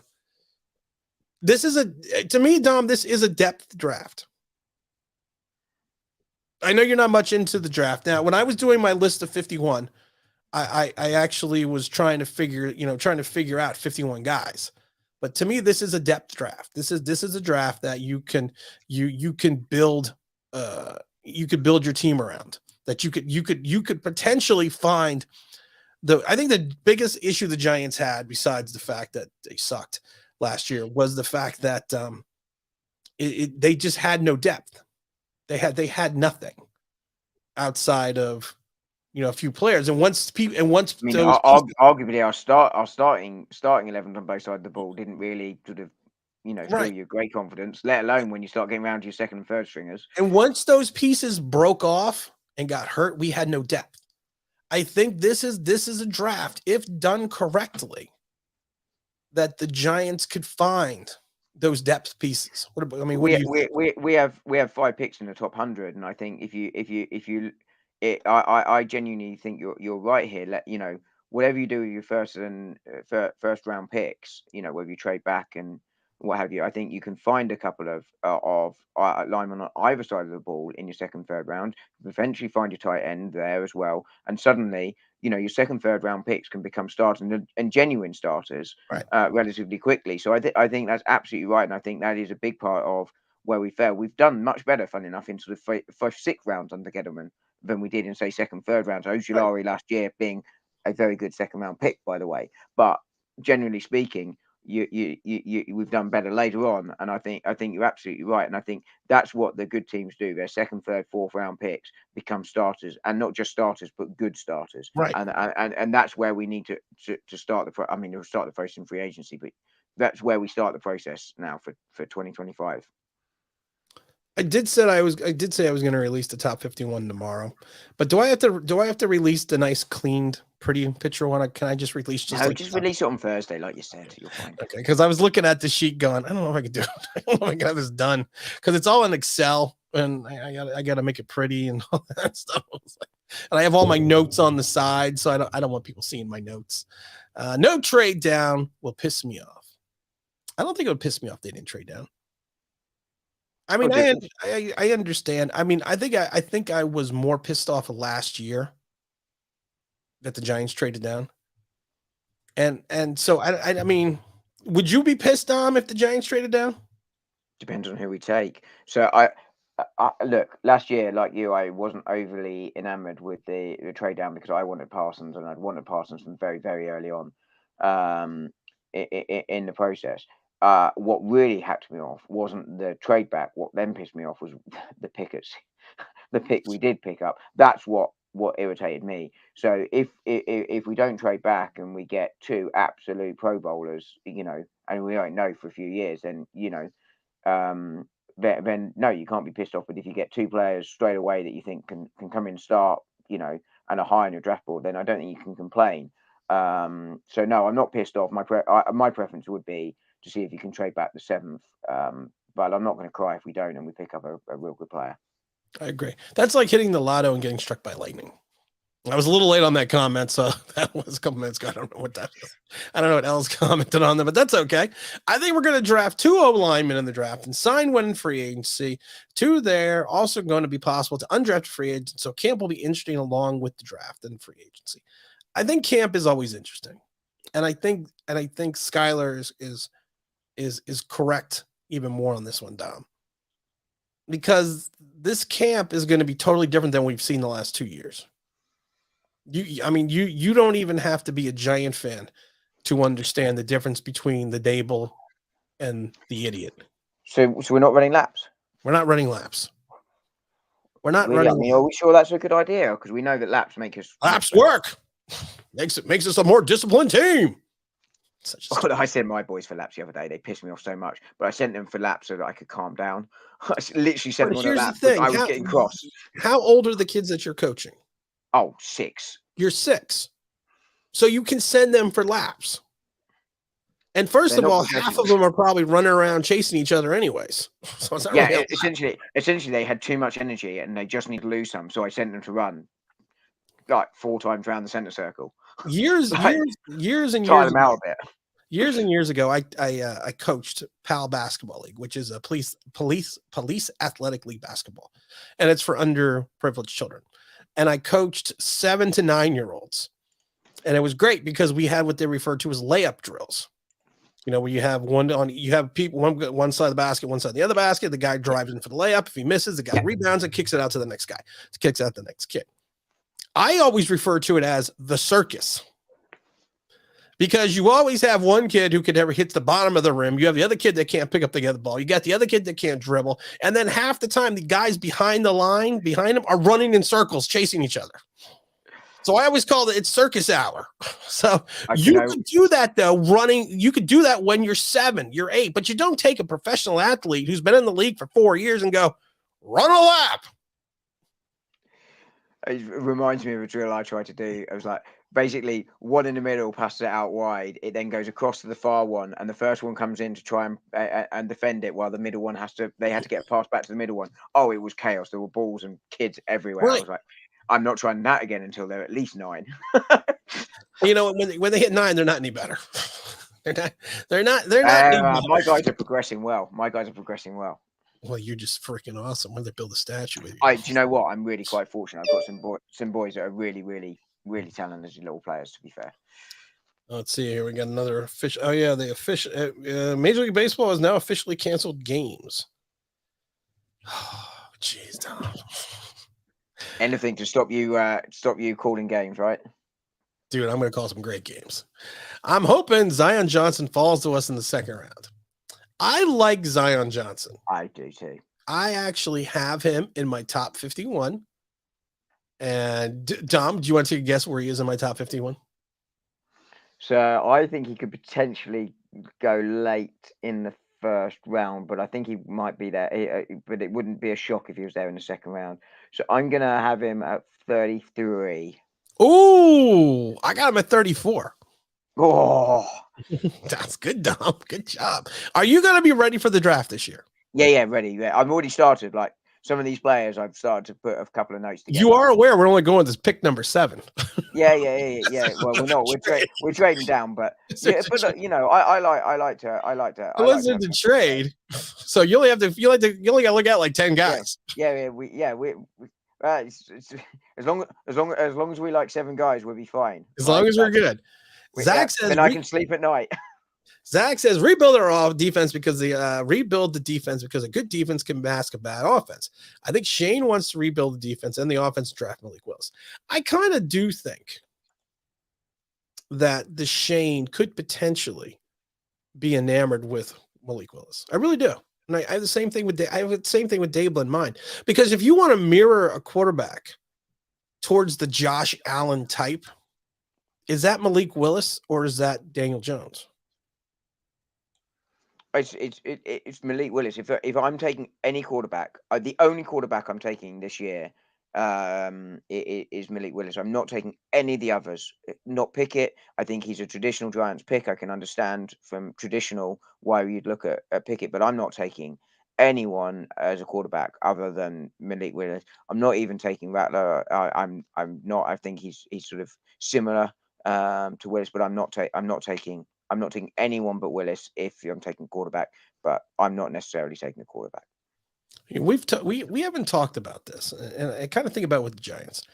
Kyler Murray came out yesterday or the day before, and basically he's trolling for a contract, and basically he's saying that he wants to get paid. He needs the financial security, you know, to stay in Arizona, to be at his best. Now, this is a guy that had a terrible playoff game, and now he's holding this team hostage for a contract. And trust me, I love Kyler Murray. I said it. You're a big fan of. I wanted to draft. If Kyler Murray would not have gone 1 overall, I would have drafted Kyler Murray. I've said that a million times.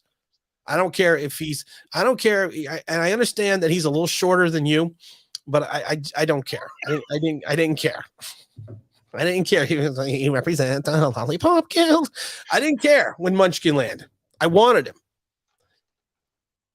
Now, Deshane has said nothing's off the table. Daniel Jones. Okay, you ready? Are you ready? Yeah. Sorry, I'll pay attention. I'm half Pay watching the attention. football, but yeah, go on. Pay attention. This is Tom. You're not being professional. Daniel Jones. Because we're professionals on this show. We are.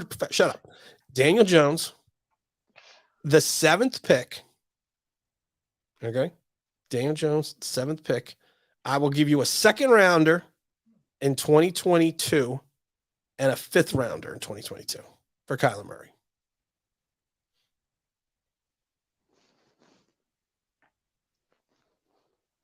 Sorry, one more time. Okay. I'm giving you Daniel Jones. I heard it, but The go on. 7th pick overall, a 2023 2nd rounder, and a 2023 5th rounder. And I'm going to take Kyler Murray off your hands. If I'm Arizona, If you're Arizona. unless he is being a genuine pain in the arse, and I don't think he wants to be here, as in fully doesn't want to be here, then I'm not taking that deal because I think I could go places with Kyler. So I think if you think you've got your quarterback, and I think he can be a franchise quarterback, 100%. I think even though he had a poor playoff game, it's his first playoff game. Yeah, it is his first playoff game. And he's playing regular season games against some properly good sides in that division. 6 games. So I think Kyler Murray is the real deal. So if I'm Arizona, unless I think he is genuinely just not going to sign a contract and I lose him to free agent when his contract runs out, then I'm not taking that deal. I keep it. It's a good deal. It sounds great, but I'm keeping it because there's no guarantee. But I'm giving you Daniel Jones. Yeah, well, exactly. Great. I'm giving you a Hall of Famer. Yeah, is that a Hall of Famer in his second career after the league? No, I'm not. Daniel Jones. Okay, I might get through the year with that. And they won games with Colt McCoy, so they can win games with Daniel Jones. Right. But no, and in that division, Daniel Jones he's not winning you that division, like not even close. So no, I don't take that deal because I've got Kyler. L wants to know if you'll dress up as a Oompa Loompa for the draft. When Boo. my liver plays up, I look like an Oompa just for you. What do you do when your dump is in the UK? You make sure he's dressed for draft day. Doopa doopa doopa doop. Sorry. You have an Oompa Loompa, I will die. No, but this is what my son is currently reading for bedtime. Oh, you told me about that. That's right. You told me about that. I forgot. The sequel to Charlie and the Chocolate Factory. Let's see here. Skylar had a question for you. What is Skylar's question here? Who wouldn't take one of these guys in the 2nd round, Dom? I don't know what guys. Quarterbacks. No, I wouldn't. No, I mean mostly because this year I'm absolutely fine. If you told me I had to run with Daniel Jones this year, do I think it's the best news I've ever had? No, but I'm kind of giving up on this year. I'm trying to build for the future years, and I think if Daniel Jones is under center this year, I think we're picking number 1 or 2 overall next year, and I'll take my chances on next year's draft. So no, I wouldn't take it. I would be looking to take a different position there to sort of build the roster up in other areas. Nothing against those quarterbacks. If I'm taking a quarterback this year, I think he's my starter for the next 15 years, whatever. Right. And that's why I'm not taking him. There's nothing against him. I think it is a myth that this quarterback draft class is rubbish. I think it's agree. Well. My reasoning is nothing against this draft class. It's just about my preference there. And the type of quarterback I want is Malik Willis, that type of quarterback. And therefore, if he's not there, I don't take another one. And even if he is there and they don't take him, I'm not going to be terribly upset about it because I think there's so many holes that we can fill. Right. And you're not setting your clock now. You're setting it in 12 months' time. Remember our last guard, the 2nd round pick from Boston College? Yeah, it was Chris Need. I remember him. He was a good pick. I mean, I don't remember that went, but yeah, he was a good. Chris Need was a very good pick. I mean, so if we pick someone from Boston College the 2nd round and turns to be Chris Need, I'll be extremely happy. Yeah. Hold on here. I got too many windows open here. I got too many windows. I'm watching my the guy that's doing the logo. He's sending me updates. Sending me updates. What do we got here? First offensive lineman, second defensive lineman, blah, blah, blah. Wouldn't take a quarterback in the second round. Pimp, namesake, slick back is here. I think Daniel Jones crowds need to really fear Mitch Trubisky. I do think they fear him as well. He knows the playbook. He has a better track record than Jones. Wouldn't surprise me if he went out in camp. I don't disagree. I think, and Dom, I have said this a million times. I am having a great hair day, and no one is saying it.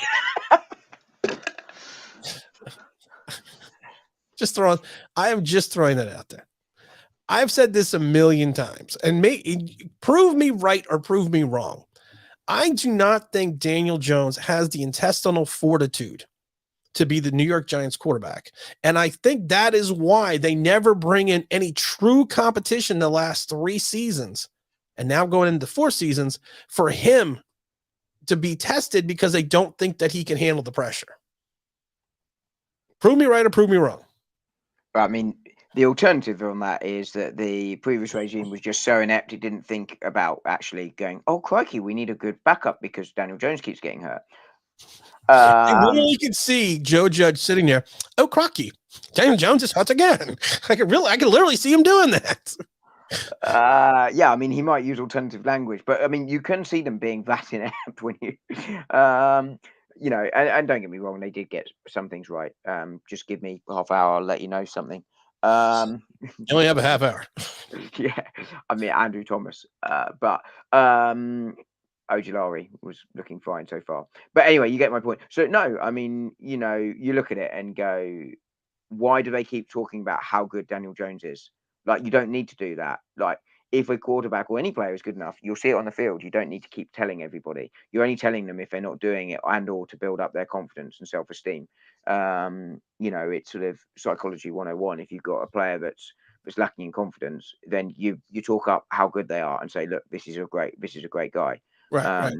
But you can't do it for 2 years straight. And the only reason 3 years straight there, 4 well, years 2 years under Judge, you can you know, doing it constantly, so therefore there has to be something there mentally with him, and he he seems to have a block when he gets on the field. It's a rabbit and headlight block, and that is mental rather than physical. You know, he has the physical attributes in theory to be a good player. In theory, the talent is there, but he doesn't do it, and I think it's mental. And don't get me wrong, I don't think he's an elite quarterback, but I think he can be. He has a physical attribute to be better than he is. But it's up here between his head, or when he gets on that field, it just doesn't happen.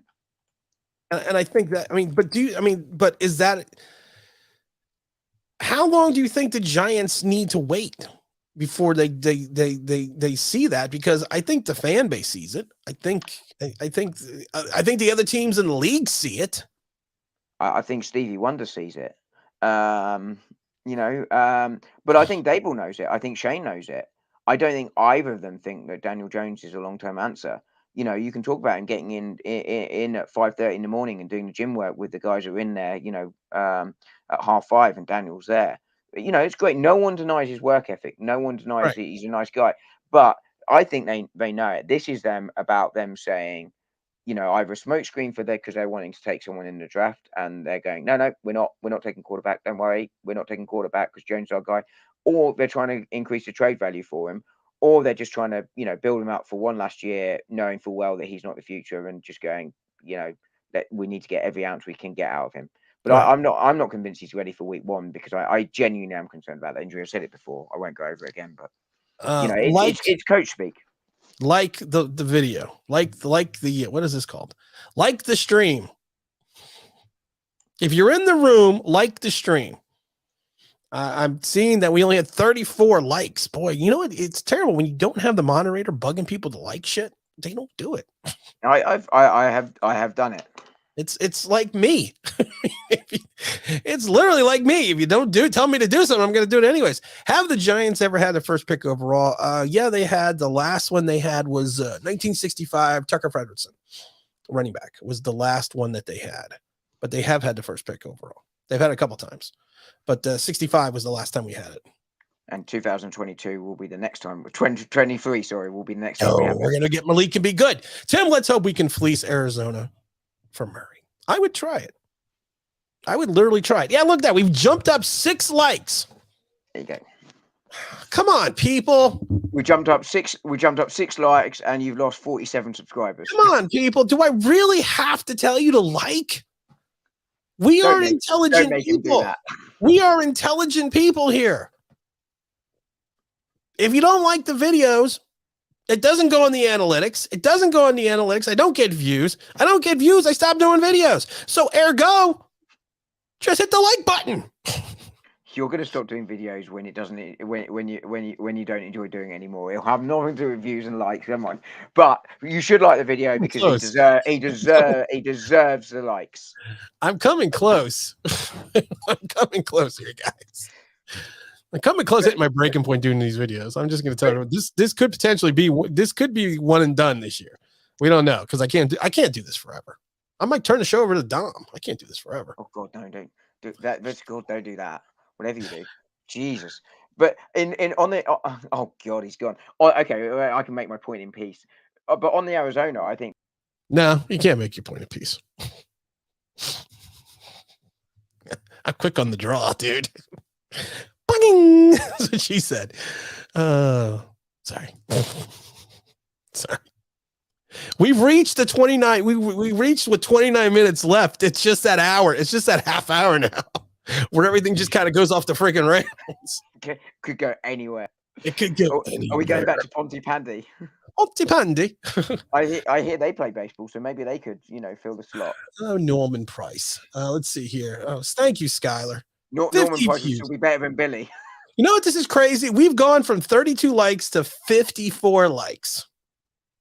If you like Oompa Loompas and if we can reach 70 likes before we close it out at 6 o'clock, if you can reach 70 likes, Dom will paint his face orange and be an Oompa Loompa for the draft.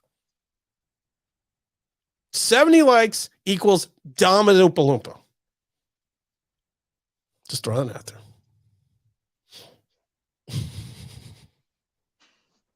Oh, crickety. Crickety. Crikey, not crickety. Crikety. It looks like crickety to me. I think it's opposite of what you said. I think fully dependent on DJ. That's why they never brought competition in. But you always have competition. Competition breeds a better player. It allows you to see. It allows you to progress. Competition is life. And rhythm is life. And life is rhythm. If you know what I know, you don't want to step to this. It's a G-Funk, Air Funk with the gangster twist. If you smoke like I smoke, you're high like every day. So 213 is a buster. 213 is going to regulate. Oh, okay. I'm sorry. Sorry. Little Warren G. I think if DJ gets some confidence and some help on the O-line, Joe Burrows, and maybe some catchers who don't... We want a catcher, not a botcher. What is it to be? I think it's overdone how much we drop the ball. All teams drop the ball. All players drop the ball from time to time. And I like Skylar, but I'm not even going to finish reading that comment. Yeah, he made some really good comments earlier. And to be fair, I'm not digging you out. There's been no improvement, guys, with Daniel Jones. I'm sorry. It's nothing personal. I really like him, and we really want him to be successful because if he's successful, the team is. But it's over. There's 3 years of nothing. No progression, no nothing, and it's not like it's what the hell? What happened there? I found something new. Oh, Tim's on the left. Tim's on the right. Tim's on the left. Tim's on the right. Tim's on the left. Tim's on the right. Oh my God! He's not going through his reads, guys, and we just have to accept if you can't do that. If he's going through his reads, he's making the throws, and it's being dropped all the time, or even he's going through the reads and there's nothing there, and he's having to throw away. Then you can go, okay, there's potentially something here, and he needs to help. But there are players open, or that could be thrown open, and he's not looking them, and he's not throwing the ball that way, and that's when it's on the quarterback to either overrule the play on the field from what they're seeing, or to make that throw, and we're not seeing either. I agree. 100%. You don't want to step to this. G-fucking. Oh. Okay, people, we're at 49 likes. You hit 70. Call your friends, call your neighbors, call your relatives, call whoever you can. I, of course, will be dressed as Elvis Presley. Dom, 70 likes, and Dom dresses as an Oompa Loompa for the draft. Oompa Loompa, Zippity-doo. Dom's gonna dress like an Oompa Loompa for you. I think the saying, don't trust anything said before the draft applies. I agree. I don't believe anything. We're hitting 50, we're almost hitting 50, Dom. I don't think anything you hear about the draft. Kayvon Thibodeau. You never heard that he was a sullen guy, that he was truculent, that he was lazy. You never heard any of this until when? Oh, about a week or two ago? Yeah, that all of a sudden he's a bad guy. I've said it before, and I've said it a million times. And I'm not picking on Daniel Jones, but I've said it. How many times have I said it, Dom? I would rather have my quarterback be an asshole and he could read defenses than be a nice guy and everybody likes him. Give me an a-hole. I don't care. I mean, Green Bay, are they wanting, the fans wanting rid of rid of Aaron Rodgers because he's a bit of an arse? No, exactly. I agree. Competition helps for players. I mean, your whole football career, you're fighting for a spot. You are fighting for a spot. Okay, Scott, you redeemed yourself there. I mean, I just do think that there's some issue within the and honestly, maybe it changes this year because Daniel Jones is not. It's not their guy. You know what I'm saying? It's not their guy right now, Dom. Are you I think the question here is whether it is also, and it's sort of a bit of a tinfoil theory because it's not necessarily proof, is how much Mara has been involved in this, and now whether he's taken that step back. And I think it would appear that this year that he has slightly taken more of a step back. I know that they were heavily involved in the Dable hire, but I think it was probably Shane's pick overall. Obviously, they sign off on it. So I think there is a bit of stepping back there, and I think that potentially does bode well that this is the start of something new, as opposed to the Mara sort of saying, no, this is the way we do things, and we always do it this way, and we will do it that way.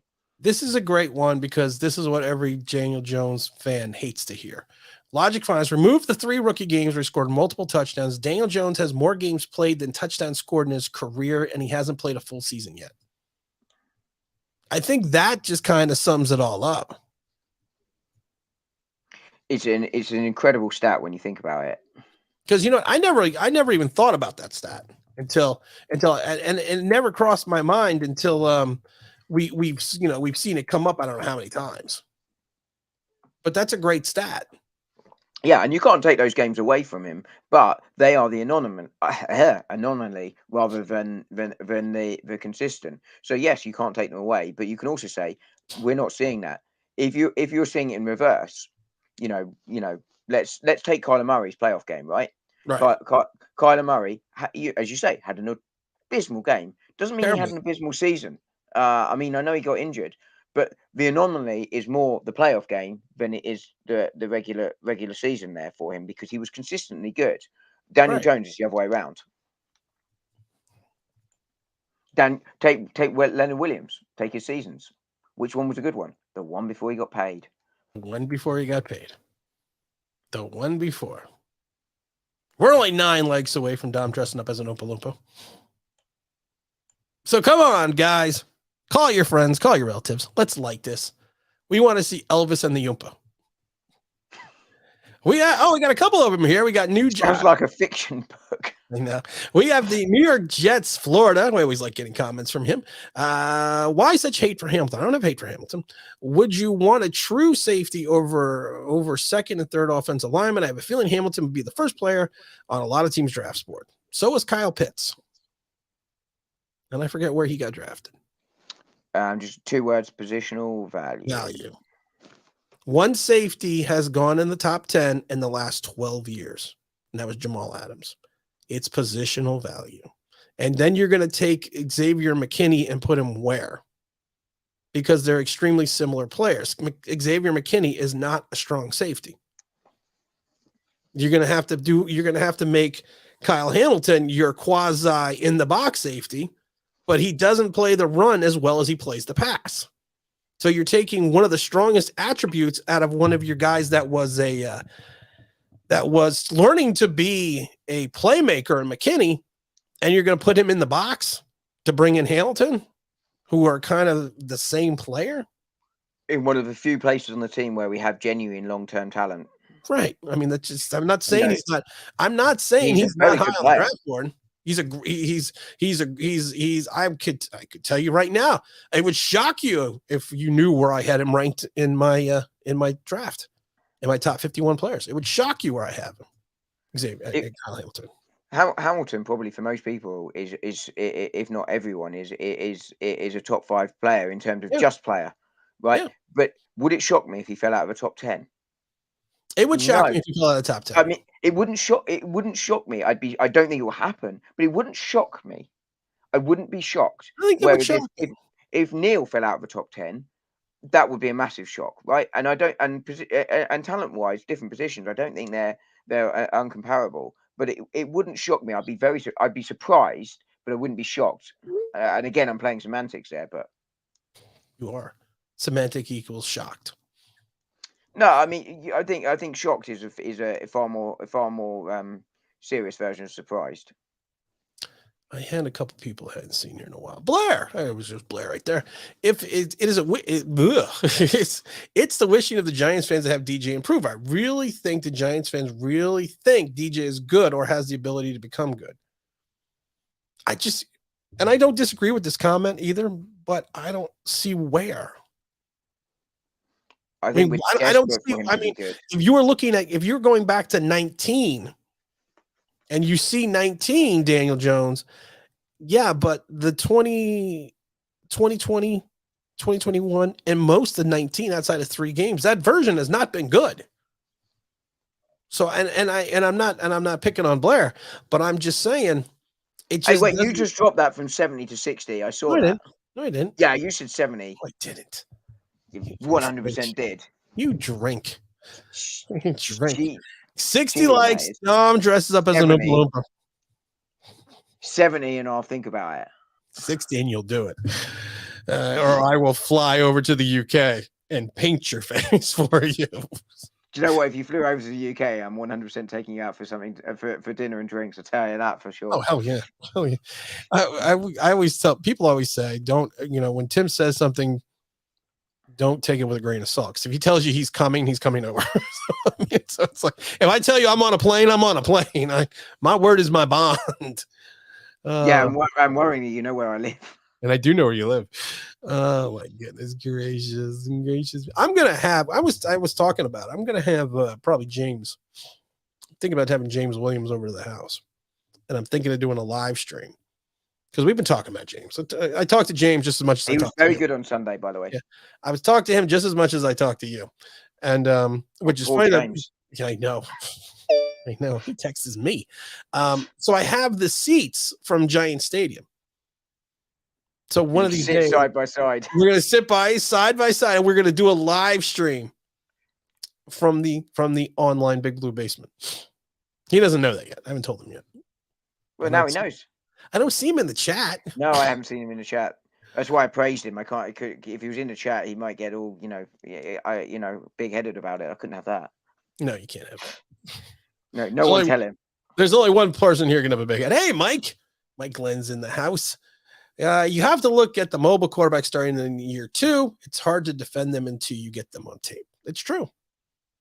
And then we've said that a million times. That's why they're hard to defend even when they have got them on tape. Even when they got them on tape. That's why they refer to it as the sophomore slump.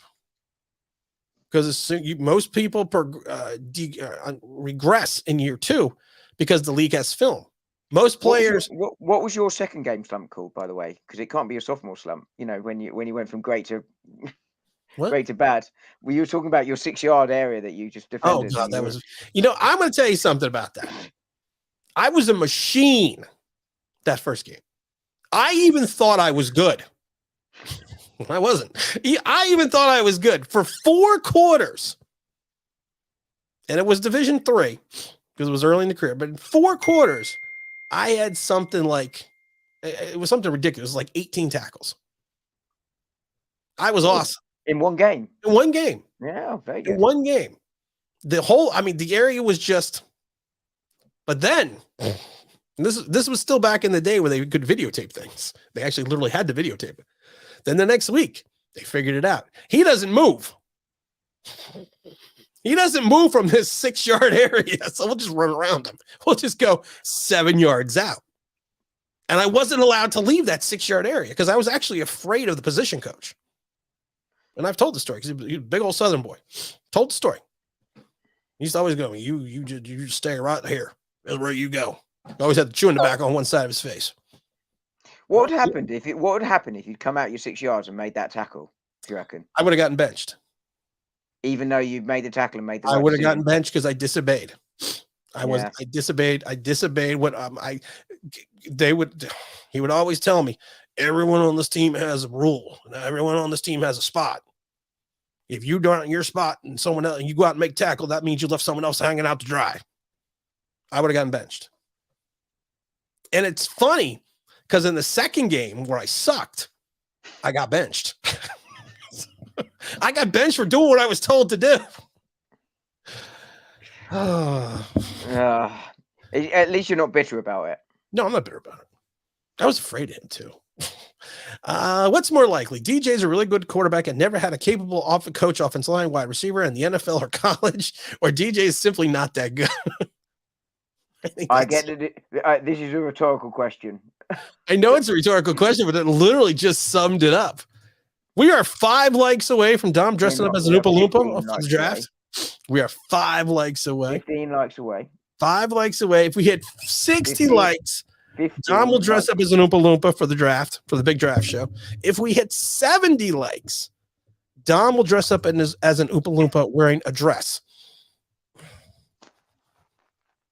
Come on, it'll just be a regular Friday night. I'm pissed if Neil was there at 5 and we passed on him. I don't think Neil's going to be there at 5.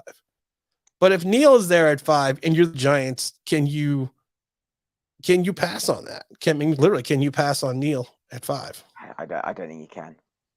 I think that's bookend tackles for the next, right. At least their rookie contracts. And it'd be like genuine competition between Thomas and Neil for left and right tackle. Right. You want to play left tackle, be better than that guy then. That would be like Orlando. That would be getting Orlando Brown. Twitter furious over made on the baseball. Twitter's furious. Twitter's furious. That's breaking news up there with the fact that we won't take the 5th option on Daniel Jones. We won't take the 5th option on Daniel Jones, but if you hit the like button, 60 likes equals Dom dresses up as an Oompa Loompa for the draft. It doesn't. 70 does. And we're at 6 away. So call your friends, call your relatives, call whoever has a Google account and go on. Or as Don would say, I'll just go and create 9. What'd you say? I created 9,000. That was funny though. Something like 9,000 accounts. that was funny though. That was actually funny. No, I had to hit gold at some point. That was like you. Yeah, it took you a year. Daniel Jones is not a good quarterback. I agree. Jersey banners in the house. I like the new picture too. To think of it, Pat Shurmur, who wanted Jones, is not on an NFL team anymore. Was he still in Denver? Or did he get fired? Did he get fired? I thought he was a coordinator. He was the OC in Denver, but maybe he got canned when the whole coaching staff got fired. Possibly, yeah. Mr. L says, Tim. Yeah, he has been. Yeah, Justin Alton now is the Alton is now the OC. So yeah, I hadn't picked up that he'd gone. Tim, I heard if we trade Logan Ryan pre or post June 1st, we save $9 million in cap space. Do we trade him for a 5th round pick? Dom, can you check that? Because I forget. I'm just checking. I forget what the trade, because I've always talked about this, and I think we're one of the few channels that talks about this. There's a difference between the cap trade number and the cap release number. Sorry, what was the question? Trade post or pre or post June 1st. What's our cap number? How much do we save for Logan Ryan? About 300,000. That's our dead cap number. No, dead cap number for Logan Ryan. Hang on. No, trade though, not release. Yeah, trade. Yeah. 5,950 and 6,275. The hell does that mean? 5,950. What are you talking on a walkie-talkie? 469. Are you there? 469. Come in. You are cleared for landing on runway 6469. 6 million. So we have a dead cap number of 6 million. What do we save? Roughly the same. So his dead cap number. This is Is not that a a good website, to pre? be honest. Is that a pre-June 1st or a post? Yeah, that's pre. This is not a great website that I've got it on, which is not. It's not the most clear. But So's Logan Ryan's dead cap number is 11.5 million, basically. And yeah, you split that, but you roughly split that between the two, and you save about half of that on a trade pre-June Okay. 1st. All right. Post June 1st, then you save nearly 9. Yeah. All right. Honest question. If Daniel Jones had the same exact record, but was on another team, would Giants fans want to trade for him? Now look at Daniel Jones through those objective lens. No, I've said this a million times. If Daniel Jones was on 31 other teams, we would be making fun of those teams for having Daniel Jones as their quarterback. You said it best when you say take a look at what the media is saying outside of the New York market about him. What are they saying outside the bubble? What's up, Kevin? Sorry, guys, I'm late. Had the parents-in-law stuff. Kayvon and Willis are there at 5. Who would you pick? No need to ask you that. Why? Oh, because you're taking Willis. If they're both there at 5, and I don't think there's anyone going to be trading up to 6 with Carolina, I got to lean to Kayvon. Are you taking that risk that no one trades into 6 if you leave Willis there? I'm a risk. Imagine that you take Kayvon really wanting Willis, and then someone comes in at 6 and takes him, and you're there at 7. All right, I'm taking Willis. And the reason you take that is because you're talking about your quarterback here, and you don't take the risk with the quarterback. No, you're right. What you talking about, Willis? I'm taking Willis. Yeah, I have to. You're right. Because if Kayvon then goes to Carolina, he's not in my division, and I could probably pick up an offensive lineman, or I can still grab Devin Lloyd. Because if Kayvon's fallen, that means some other player that was unexpectedly taken in the top 5. So that means there's probably another top 6 talent or top 5 talent sitting there at 7. And I have so many holes. Yeah, you're right. I don't think many teams are trading up into 6 to take Kayvon. No, I don't think so. And even if they do, the risk is much less than it is for trading up to take the quarterback. All right. 60 likes and Dom dresses up as an Oompa Loompa. We're 2 away. 70. You said 70. 70 likes. Dom dresses up as an Oompa Loompa and wears a dress. But 60, and that's going to be for the draft. Dom did not agree to any of this. It doesn't matter. You're going to do what I say. Doesn't matter. Many Giant fans believe Daniel Jones will now be Josh Allen. Many Giant fans smoke. Sorry. It's true, probably. If we are all being honest, Sam Darnold, Dan Jones have identical numbers, and look what the Jets did to him. Trade his behind. Why do you think that a lot of Giant fans kind of forget the Sam Darnold comparison to Daniel Jones? Because they are very similar career arcs. We want to believe that Daniel Jones is the second coming of Eli Manning because we want to be good. Of course, we want to be good, and the best way to be good is to have a good quarterback. So we want to believe he's good, but we have to wake up and smell the roses. Ooh, we're smelling roses. 1 like away. I meant to say coffee. I don't know why I said roses, but that's good. It's good. Don't get me wrong, Tim. I am not a DJ fan. Was saying the other fans the state of hope. I still don't see improvement as reading his passing targets and can't read coverages still. Well, those are problems. Tyrone says, I don't think there's anything wrong with putting an alternative view, even if it's not your own. Just saying, no, I agree. This is an alternative way of thinking about it. The issue with fans is that Jones, they don't want to believe that he was a draft bust. He has a 0-star Duke walk-on and screams 6th-round pick. Oh, my God.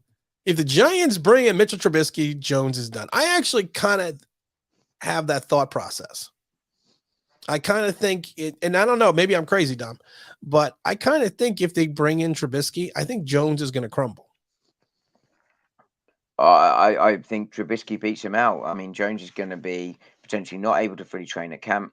I think if you bring Mitchell Trubisky in, I think Trubisky's better before his neck injury, let alone after, as in Jones's neck injury. Trubisky starts. If Trubisky comes in here this offseason, Trubisky starts week 1. No question. And that's incentive for Mitchell Trubisky to come here on a potentially lesser deal than he might get elsewhere. Is, hey, I'm going to be the starter there, and I can win myself a big contract if I do well. We hit 60 now. That's good. Well We done. jumped from 32 to 60. Congratulations. Dom will be dressing as an Oompa Loompa. I can't wait. It's going to be the best draft ever. Elvis and the Oompa. Come on, man. Imagine if it was Elvis, the Oompa, and Willis. And Willis. What you talking? You What you talking about, Will? Sorry. Wrong your mind would be like. My mind would just be terrible. Let's see. Neil has people that act like he has some perfect. No, Neil's not a perfect prospect, but he's the best offensive tackle prospect in the draft. I see a Neil slightly bigger version of Eric Flowers. I don't see that. I never liked when they drafted Eric Flowers. I thought Eric Flowers, there was always just something. When he came out of Miami, there was just something about the way he moved and his mobility. I didn't like his foot placement. There was a lot of things I didn't like about him. I thought he was going to be, and I screamed it even 3 years ago when I first started the channel, he should be an interior lineman. And that's what they did to him. They put him on the interior, and look what happened. Do you think that Giants fans still get hung up on the fact that we couldn't draft a tackle for Ions? I mean, because Andrew Thomas does appear to be busting that myth, but we still seem to sort of be getting really still het up on it now as a fan base. I think the fan base is, I think you see other players that the Giants have drafted. I'm not Giants, that the league around them has drafted. You had the big tackle draft, the Andrew Thomas draft. And you have to think about that because everyone compared everyone else to all the other tackles. And I think that's the biggest issue, that they're always a comparison. And I always said, and I've said it a million times, wait until after year one. Let's wait till year 2, year 3 before we start projecting who we think is going to be the better tackle prospect. Because now I think if you look at people, they might say now that, maybe Andrew Thomas is not a terrible tackle. He could be a better one. Mekhi Becton he was saying he was the best tackle. Right. Now look what happened. Yeah. I mean, and take it the other way around. Take this year's quarterback class. Who thinks in 3 years' time Mac Jones is going to be the best out of those 5? Right. That's the thing. I don't think even New England Patriots fans think that. Or now, not the majority of them. Now the Giants, we kind of hit on Justin Pugh, tackle out of Syracuse, but that was in 13. And then we kind of hit on Luke Pettigrew, which was in 19. He was out of Notre Dame. So we kind of hit on those, but we haven't really picked. Those are the last 3 tackles that we have picked in the last 40 years. So it's not like we have a track history really of more than 3 guys over 40 years that we drafted in the first round that are offensive tackles. So I think that's what we gotta.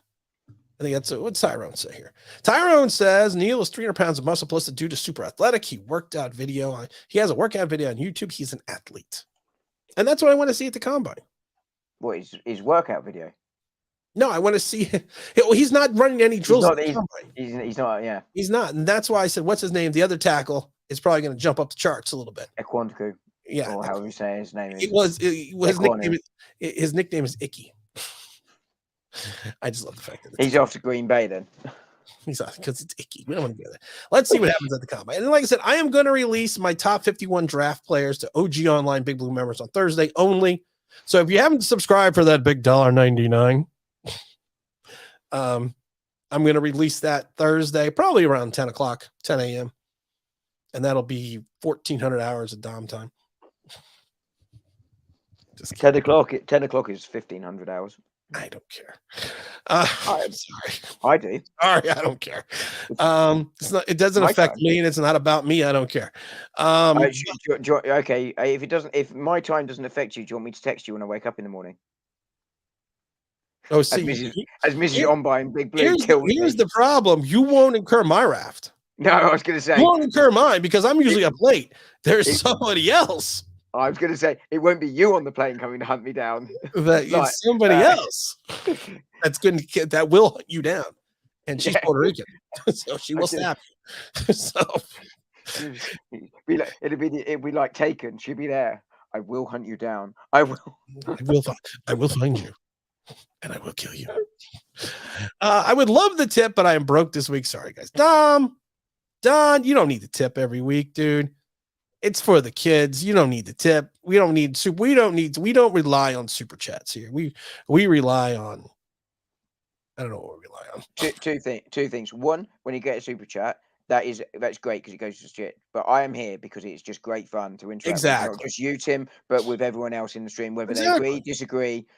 It's just fun. Like, I stay up late for this deliberately because it is fun. Because it's fun. And then he's gonna have to go play Xbox. What are you playing Xbox after when we hang up? What are we playing? Depends on because I'm off tomorrow. I'm probably going to play Madden. Going Madden. I am not good on Madden, by the way, but I still enjoy it. Yeah, well, you know what? I'm playing Dying Light 2 on the new Xbox, so I've been playing that for the last 2 weeks. I have to play like FIFA or Madden because if I play like an open world game, I'm like, I'll just do this and then I'll just do that and then I'll just do that and then it's the kids are up. It's 6 a.m. Yeah. I have to do that because like it's the end of the game. I now can go to bed. My problem is I got to play at the weird times. Like I'll play like for 20 minutes before I have to go pick up my son at school, or I'll play 20 minutes or 15 minutes while I'm doing the laundry or something. So I mean, I can't just do it. But it just going back to the super chats. I think one of the best comments that we got was on Sunday.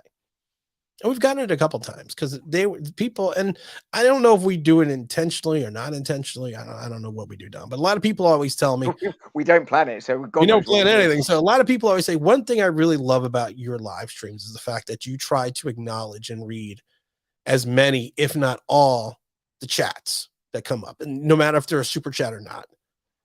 And I think to the detriment, if we didn't do that, we would probably get more super chats because we donate that money.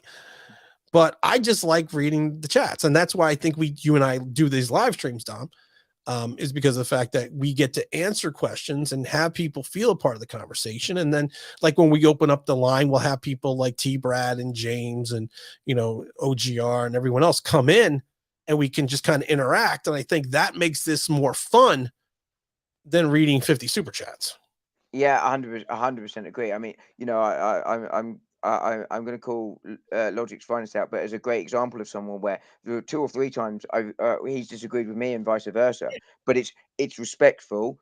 It's based on our opinion, and there is never any sort of ill will between the two. And and I'm calling them out for positive because we don't always agree, but it's great to have that debate and that alternative view. And it's not just Logic's Finest who are playing like Blair earlier it fun. Yeah, and I think that's what makes it fun. Mrs. Online Big Blue is Mrs. Online Big a Puerto Rican? Yes, she is. You are my hero. Well, thank you. I'm a hero. I'm a hero, Dom. You're an Oompa Loompa. Well, have we got to 70 likes? Have we? We got to 6. Oompa Loompa. Dom is there for you. He'll be an Oompa Loompa on draft day 2. Dom, it is 6 o'clock. I'm actually quite concerned about LJ. If you're his hero, I think we should all send help.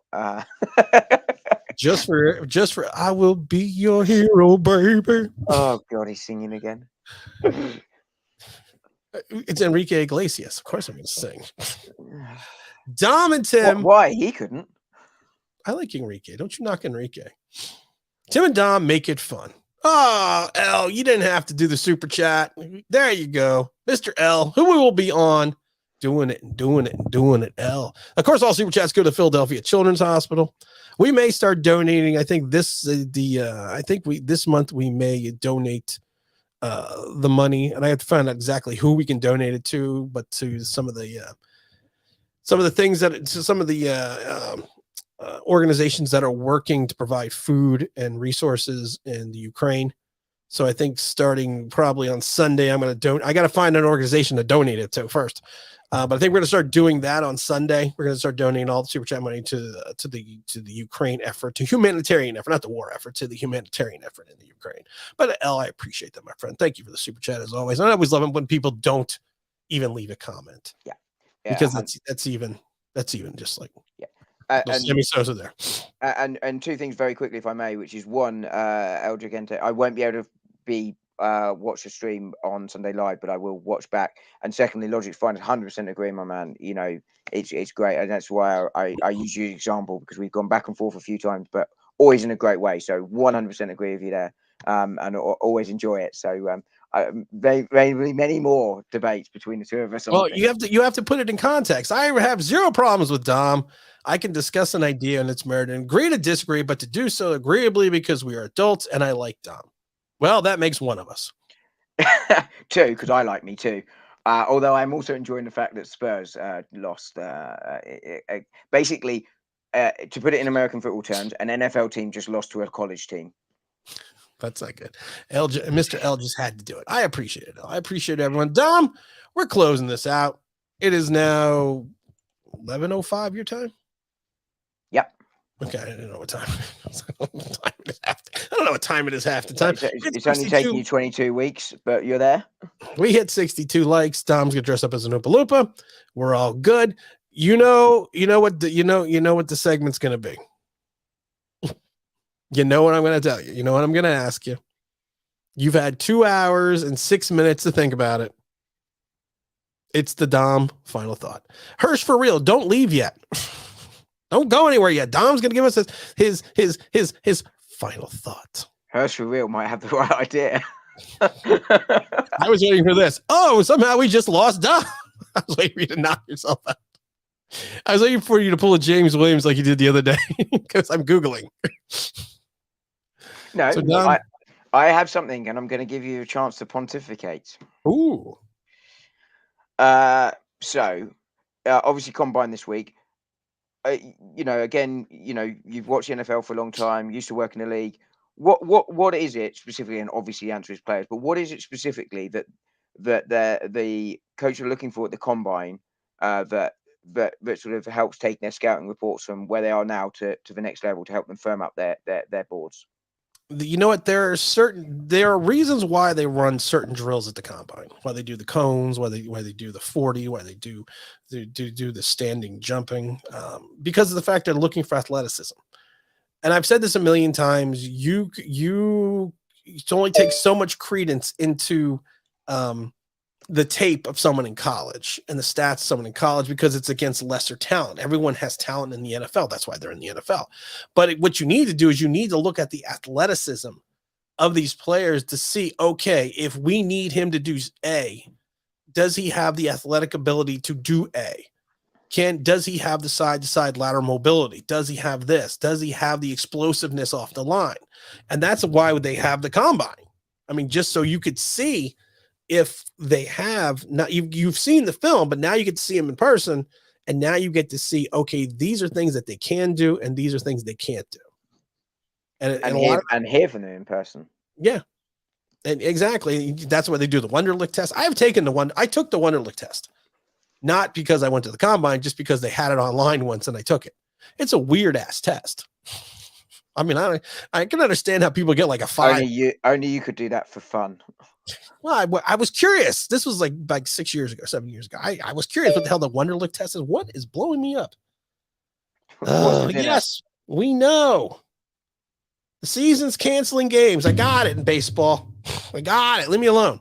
But that's why they have this Combine, because they can take a look and see what their physical attributes are and how they fit into their system, the professional team system. And essentially, what you're looking for right at the Combine is to double down on what you already think you know about the player. Right. Because don't forget, you're also going to have a pro day, private workouts, individual workouts, individual interviews outside of this. But this just gives you it just gives you Tom's thoughts, highlights. I'm not going to make fun of you for spelling highlights wrong. He's gonna make fun of you for thinking that this is the best segment of the show. However, I was gonna make fun of you. Thank you. I was gonna make fun of you for thinking this is the best segment of the show. You're banned. Get nothing. I'm just kidding. We haven't banned anyone. I'm going to say thank you. At least I have one fan that. Hey, can I just point out that I thought of something this week? Oh my God, you thought something this week. I know. Stop the presses. The next time will be June. But what'd you think this week? Huh? That was it. I came up with one thing. Don't ask me to come up with two. Oh dear Lord, I thought you thought of something else. No, that was it. I have something else. I have something up my sleeve that I've been waiting to discuss, but not for now. Okay. That's for next week when I forget to prepare for this. I'm intrigued. There's something else. I'm intrigued. Something the Dom is thinking. I know. I've given it a big build up, so it's going to be absolutely. I know, because now if it sucks, I know it's going to be complete and utter poppycock. Well, we will have poppycocker gear on Tuesday, maybe Sunday. It depends on, like I said, the logo is being finished right now, and the logo is going to be delivered March 3rd. So we may have poppycocker gear all ready to rock and roll on Sunday stream, and we're also going to have draft baby gear. We gotta get that. We gotta get that out, man. Dude, I'm going to tell you something right now. I think that I am more enthused and pumped up for my idea for the draft baby gear. Draft baby, yeah. I think I'm more excited about that because I did something for this. I'm looking forward to it. I'm looking forward to it. On the draft baby though, who did draft baby better, me or my daughter? After I sent you that video, she did. She 100% rocked it. She rocked it. She looked at me as if to go, "Why are you making me do this?" Because you're a kid. Yeah, and you must do as you're told. You're a kid, and I have to do something funny. All right, Dom, it's 6:11 my time. It's 11:11 your time. I think that's a good time to close it out and end it up. I appreciate everyone that hung in here for 2 hours and 11 minutes. Hit the 62 like mark. I will be releasing my top 50 players on the big board on Thursday at 10 a.m. Eastern Standard Time. Dom is going to be graciously not being able to make the stream on Sunday. I'm genuinely gutted. I look forward to going through that, but I'm 100% looking forward to reading on Thursday. Thursday, 10 a.m. Eastern Standard Time. We're going to release that. So that's 15,000 hours at Dom's time. Dom, we are closing it out. Whatever. Hearst for real. Now you can leave later, fellas. When LJ is out of the house, we got Logic's Finest here. I don't know. Past midnight. It's 11. It's tomorrow. It's 11 minutes here in Germany. No, it's 11 minutes past midnight. Come on. Don't be daft. 0-0. We don't believe in the metric system. That's communist. It's commie talk. Metric system. Got to do American things. I still think it's funny to this day. And I've talked to you about this. My friend in Ireland, and he's been to the States a couple times. And I remember the first time he came to the States. And he looked at it. He looked around and looked at me and he goes, huh? I go, what? He goes, I don't know. He goes, I just thought everyone in the States would drive pickup trucks and have guns and drink beer in the car. Because that's what I think of when I think of America. I was like, well, luckily I have guns in the front seat of the car. And we're about to drive in a pickup truck. I was like, that could be a problem. There could be an issue there. Oh, do you take him to Target? I just would like to point out one last thing before we close this out. No one mentioned anything about my hair. You did. I know, but no one else. Repeatedly. Oh, Mr. Jackson dropping in. I think DJ might be our quarterback now. Thank you for the super chat. All super chats go to Philadelphia Children's Hospital. I don't think he's going to be our quarterback. And we're closing out here, Mr. Jackson. You're going to be the last comment. We are closing out. Dom, it's fun as always. Everyone, I'll see you. I was awake this week. He was awake this week. He was more spontaneous with his responses. I was so tired last week. Stop talking about being tired. Drink some coffee and man up. Sack up a little bit, would you please? All night. Good night, everyone. Dom, be well, be safe, and prosper. See everyone on Sunday. We're out.